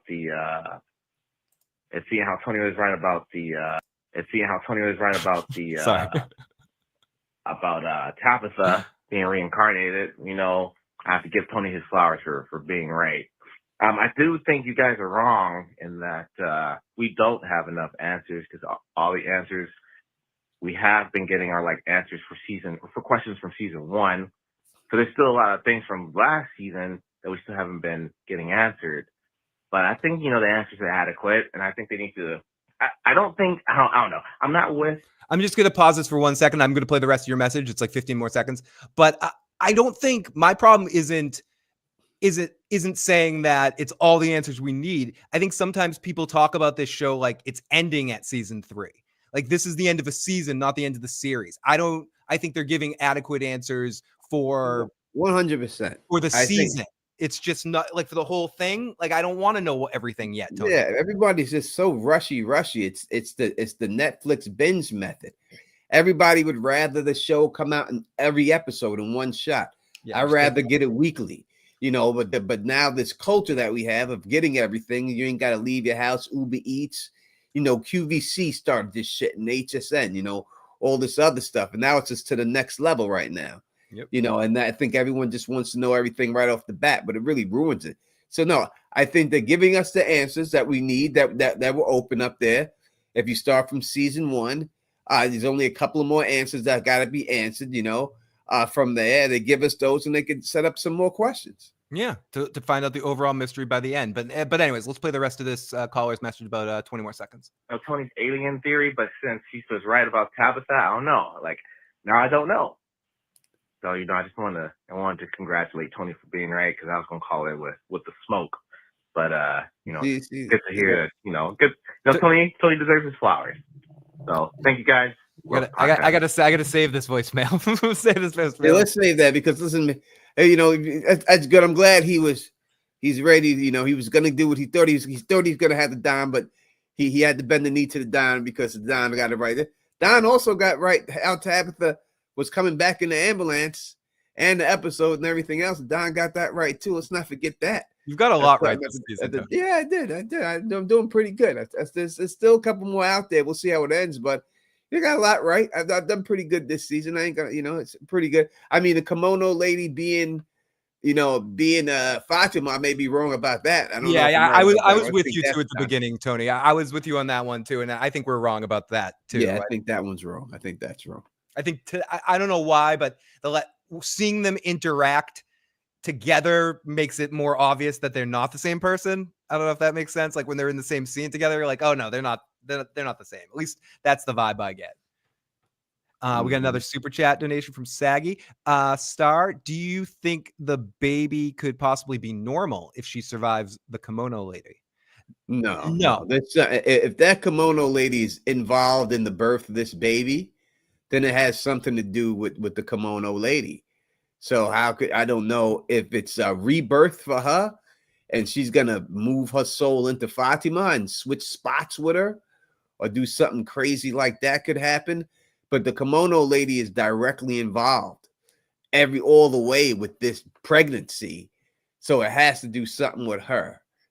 So, you know, it could be something like that, like they soul swap her and Fatima gets stuck inside the kimono lady and dies while the kimono lady gets to live on as Fatima. I want to address what Sonic, your boy, has to say, because I don't disagree with you, Sonic, with every show. I prefer binge watching in one shot, but I enjoy weekly so I can trip out on the live stream with you all. Exactly. The live streams make it worth it being able to talk about the episode each week. But what's great about week to week is, yes, you can binge it. You just need to wait 10 weeks and then just binge it. Just wait to the episode before the last one and then just binge watch the whole thing. But it can't work the other direction. Like if you just drop it all at once, you can't just talk about it, like for people like us, and I'll be selfish about it. Like it's not fun to talk about shows that are all dumped down at once, because it's the whole season and then it's done. Not everyone's watching it at the same time. So so you can't get everyone in the same place to talk about it. There's something about, I mean, and this is my old man boomer moment, Tony. Back in our day, we had 26 episode seasons, you know? So it's like, and there would be a plot through the whole thing, but you know, you get pieces. Like these are 10 weeks, you know, we get 10 weeks. Yeah, that's if we get 10 weeks. I mean, bottom line is this, there's shows I would love to cover, but because they drop all the episodes at one time, I just can't cover it. Yeah, we can't it's just impossible for me to do, because there's no way I can make predictions week by week when I'll sit there and watch 3 episodes and then make a prediction. You can't do that. So, you know, it works better for us YouTubers 100%. But to me, and it gives us time to build the community. But do I enjoy binge watching shows? Of course. I do. I do. Who doesn't? I'd love to sit there and just watch a bunch of shows and everything else. But, you know, shows like this and stuff, I need the weekly episode.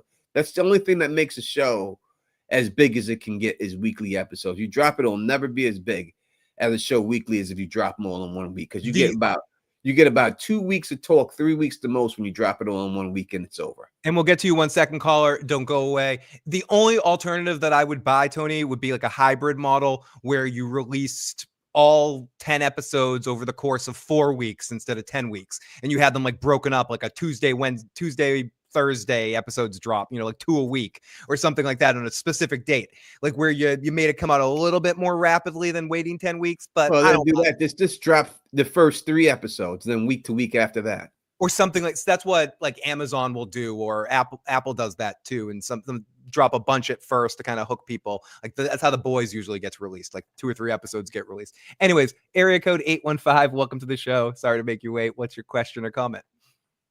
No problem. It's Fatima. Oh, Hi, hey, Tony. Hi, Fatima. What's going on, Fatima? I have some. I'm gonna be really, really quick. So, one, Elgin. Elgin was the first person to talk to Sarah, and when she was at the church, so he knew how ostracized she was from the town. That's a good point. With the whole thing with killing her brother, and then she heard the voices. Everybody knew everything. So why wouldn't he probably go talk to Sarah and say, "Hey, there's this crazy lady telling me to do things. What do you think I should do?" Versus just doing it. Now, I'm gonna also say, if they say or they find Fatima before the time runs out, I mean, what they're gonna do with that baby? Like, I don't understand. So, is it just gonna like? I mean, is Chrissy gonna try to cut the baby out? What are we gonna do? So it's kind of like a lose-lose, no matter what. They find her in time because that baby's pretty big already. And then just okay, I just had a quick thing about the kimono lady when you was talking about it not being Fatima anymore. And this is just me playing devil's advocate because let's just say that is Fatima and she is trying to be good. And she told Elgin that if he didn't help her, that maybe she would have died and turned into the kimono lady, and she's trying to prevent that from happening. I don't know. I'm just saying. I'm just gonna try to give my boy Elgin a snippet of some kind of savior because he really was pissing me off this episode. But that's all I got. Tony, hope you feel better. And I'm gonna let you guys go because I know Tony needs to go rest. All right, bye guys. Thank you for the call. Thank you for the positive welcome. Thank you for everyone in the chat who's giving me home remedies of how to feel better and stuff. You know, I truly appreciate it. Yeah, Elgin, we don't know what this woman said to her, the shimmy sham she put on him. You know, she could have said something like, if you don't do this, everyone's gonna die. You know, that's what happened with Sarah, you know, so we don't know exactly. But to Glue's Guns N' Roses' point, Elgin, I don't think was as hard to break as Sarah. I think I get the vibe that Sarah took like voices over time to break her, and she still was like unwilling and not so much a willing accomplice. She just like had no choice. Elgin is like smile. He's fully in. He's drinking the Kool-Aid. He's like, he's a part of the cult. He's down with it. He's all in, and that's what makes him extra creepy with it because, like Glue's Guns N' Roses was saying, it's just like he's all in on it, and he's doing it with a big smile on his face. With Sarah seemed to at least be a reluctant psycho. Well, Sarah was asked to kill. Well, she thought to kill Ethan. So and she couldn't really do it. I mean, she had trouble doing it. She wasn't about it. She didn't really want to do it. You know what I mean? So you know, but Elgin this lady has convinced him this is the right thing to do. So he's definitely in on it right now. Someone asked what top 5 shows right now. I would say from Yellow Jackets, Severance are my top 3 in no particular order, but I'd have to think about the other 2. Probably. I tell you a show. I won't give you the top show. I would say the Penguin definitely should have been. Oh, Penguin, yeah. I didn't even think about the Penguin. Penguin should have been on the top shows for this year, but I think that it's probably going to win awards. The Penguin, it was so good. It should. I would say the Jackal. If you go watch the Jackal, the Jackal is a really good show. Okay, I have the other 2. I have the top 5 then. It's top 5 shows on TV right now are Yellow Jackets, Severance, From, the Penguin, and number 5. And again, this is no particular order, but I just had it but Severance is really cool. Let me think about what the Interview with the Vampire is pretty damn good too. That might be good too. I'm telling you, go watch the Jackal. I'm telling you, watch the Jackal. Jackal is a really good show. It only has 3 episodes out right now, so you can watch it right now. Binge the first 3, and y'all be right. The Jackal is really good. Did they ever do a season for that? The new season of Yellow Jackets should be at the beginning of the year. But Yellow Jackets, is Yellow really, Jacket season 2 wasn't that great for me. it wasn't great, but it was good enough to get me excited still for season 3. I just think we spent a little bit too much time on at the hippie commune. You know, it was a little bit too much time. Yeah, it was too much going on there. Just like I think we're spending a little too much time on this baby. Yeah, in all honesty. 100%. Too much Like, this I wish season. this baby plot was a side plot. I don't To but they made this, Boyd catching one, Tony. yeah, they made this the main plot of the whole thing. You know what I mean? Interview with the Vampire is on AMC, and The Jackal is on what, Tony? The Jackal is either on Paramount or Peacock. I'm not sure, I forgot, but it's either on Paramount or Peacock. I think it's Paramount that it's on. The Jackal. It's a really good show. I'm telling you. If you watch that show, The Jackal is.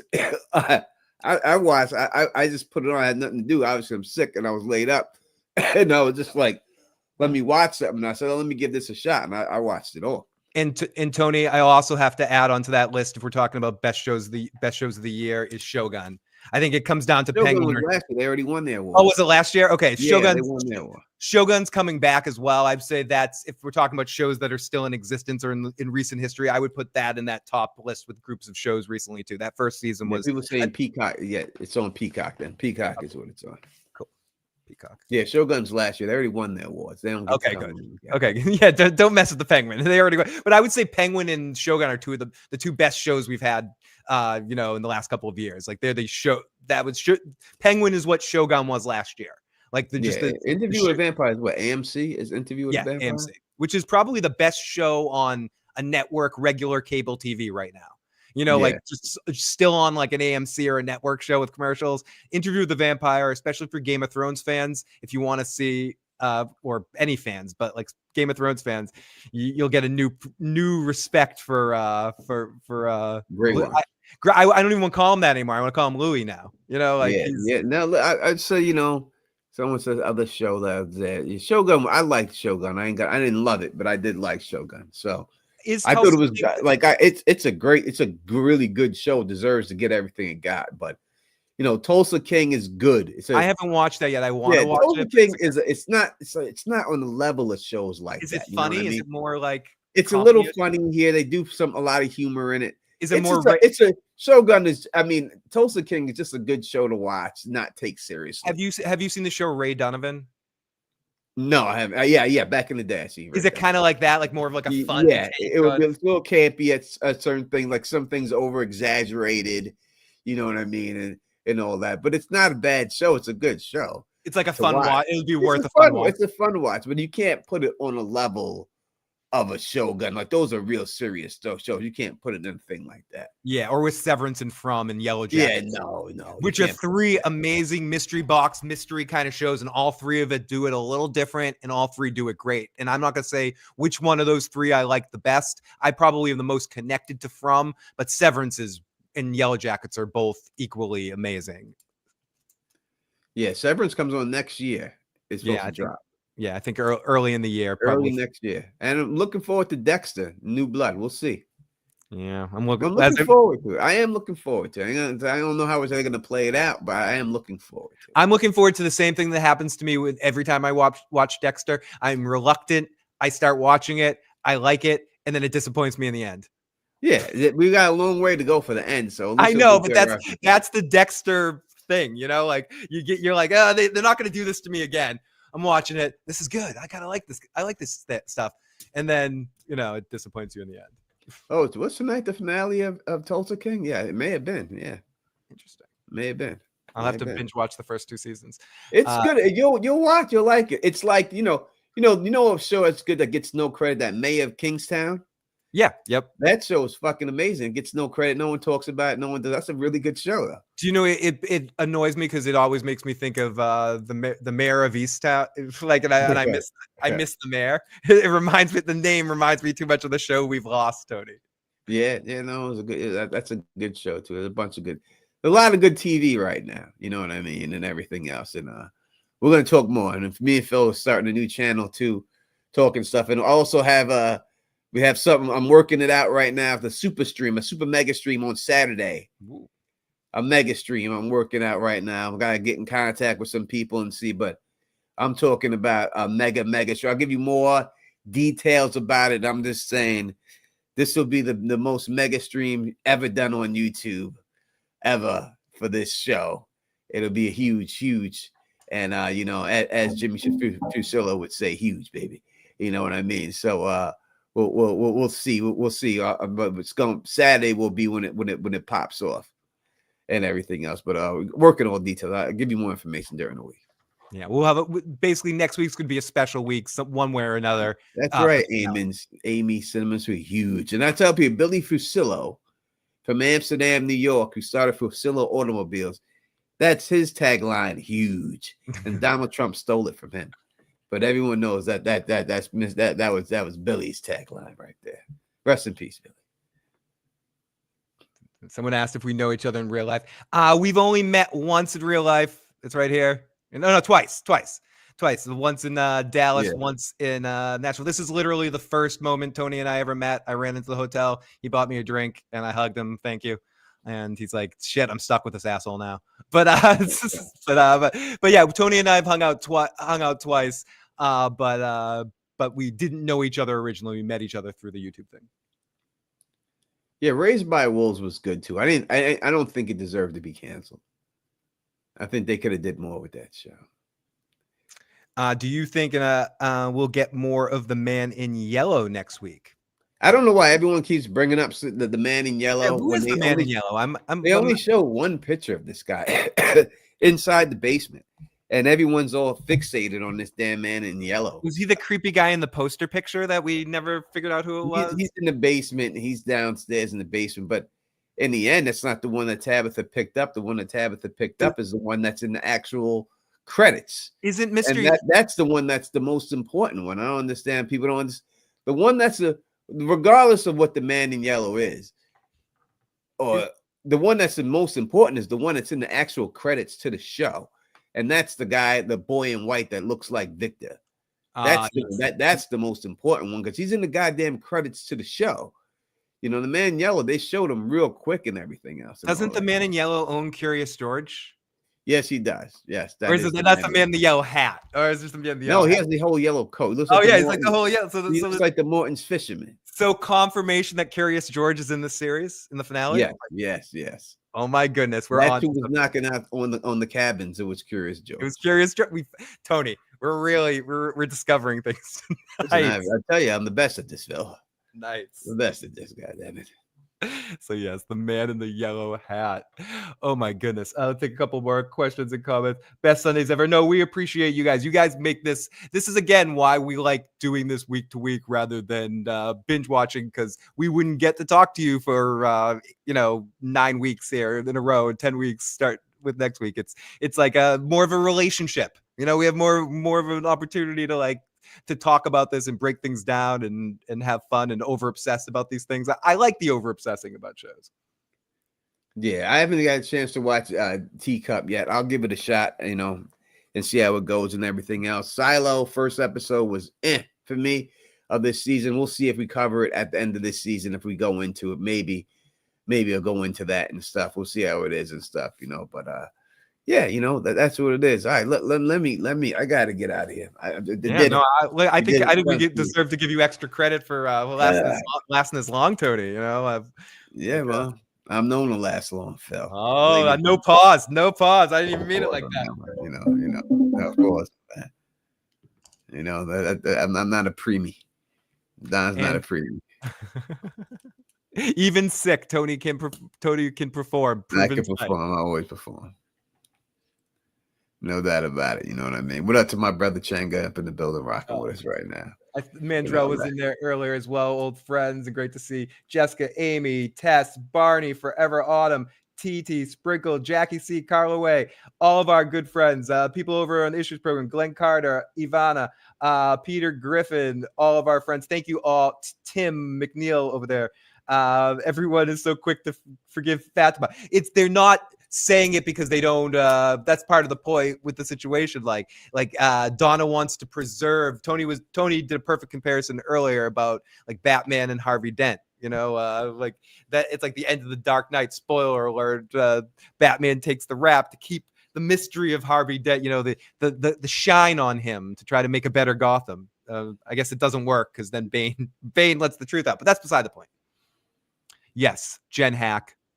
Tony has uncovered it yet again. Curious George is the mastermind entity. That's it. We have figured it out. We have figured that out, and I'm glad that we have.